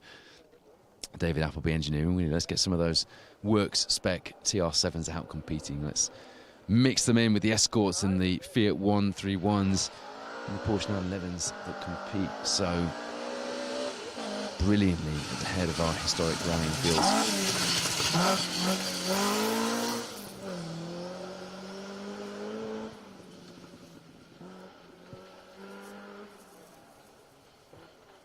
Gregoire Demavius, mentioned him earlier, although he has been out on Super Rally since. I saw him yesterday in one of the final stages we did stop in stage 10. Stefan Stoof, the same. Rob Dennis, Andy Boswell, also on the retirement list, and really disappointing as well. Mike Reed, John Millington not making it out here to the Scottish leg in their Escort RS2000. We spoke to John Millington, and we'll put that feature in the RAC Rally Report show, but we were hoping to add to that with a chat with Mike Reed, one of the most experienced competitors here on the Roger Albert Clark, but that is not to be either. Chris Harris, Bryn Mawr Pierce, stopping in stage 13. They were hoping to get going this morning, but I think Chris had just had enough by that point. And we spoke about Chris Hellings, Glyn Thomas in the Golf GTI. They stopped in stage 8, thanks to Melvin Evans. And just changed the engine, that thing in the back out. This morning, though, very disappointed to see the Saab 96 of Stephen Higgins and Corey Powell-Jones stopping in the first stage of the morning. Also, our two youngest competitors, James Rudd, Oliver Foster in the Nissan Micra, stopping also on stage 15. We will try and catch up with those later in service if they're still here. Hopefully they'll be trying to get the car fixed in Super Rally, but if not, we'll try and get a feature, because I would like to speak to them, because coming from the Junior Championship into this would be something else. What a challenge. Paul Mankin, Graham Wild, who were going so strong in the Category 1 field, retired on stage 9 as well.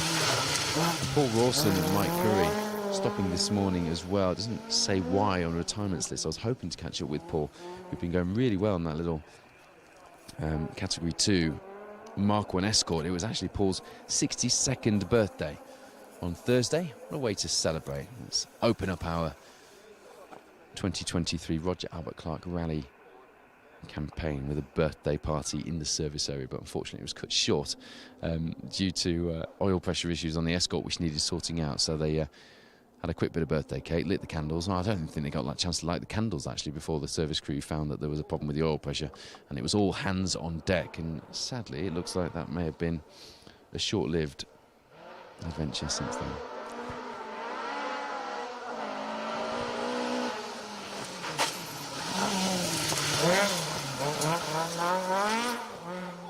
So we've got plenty more live coverage for you as we go through this third stage of the day.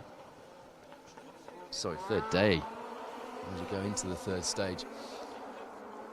Glen Gap is up next.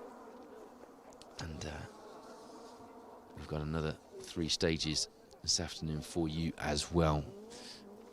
Matt Cotton will be live with stage end interviews at about 1:15. Phil Brammer will be live with action at 3:15 from the stage.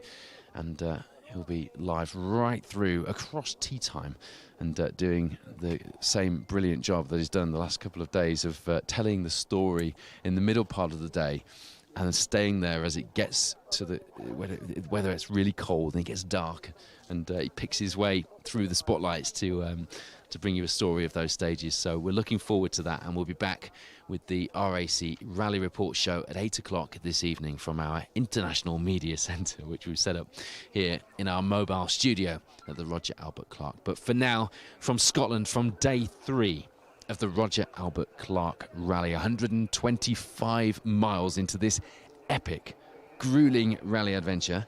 That is it for now. Stay tuned. We will be back very soon here at the RAC Rally.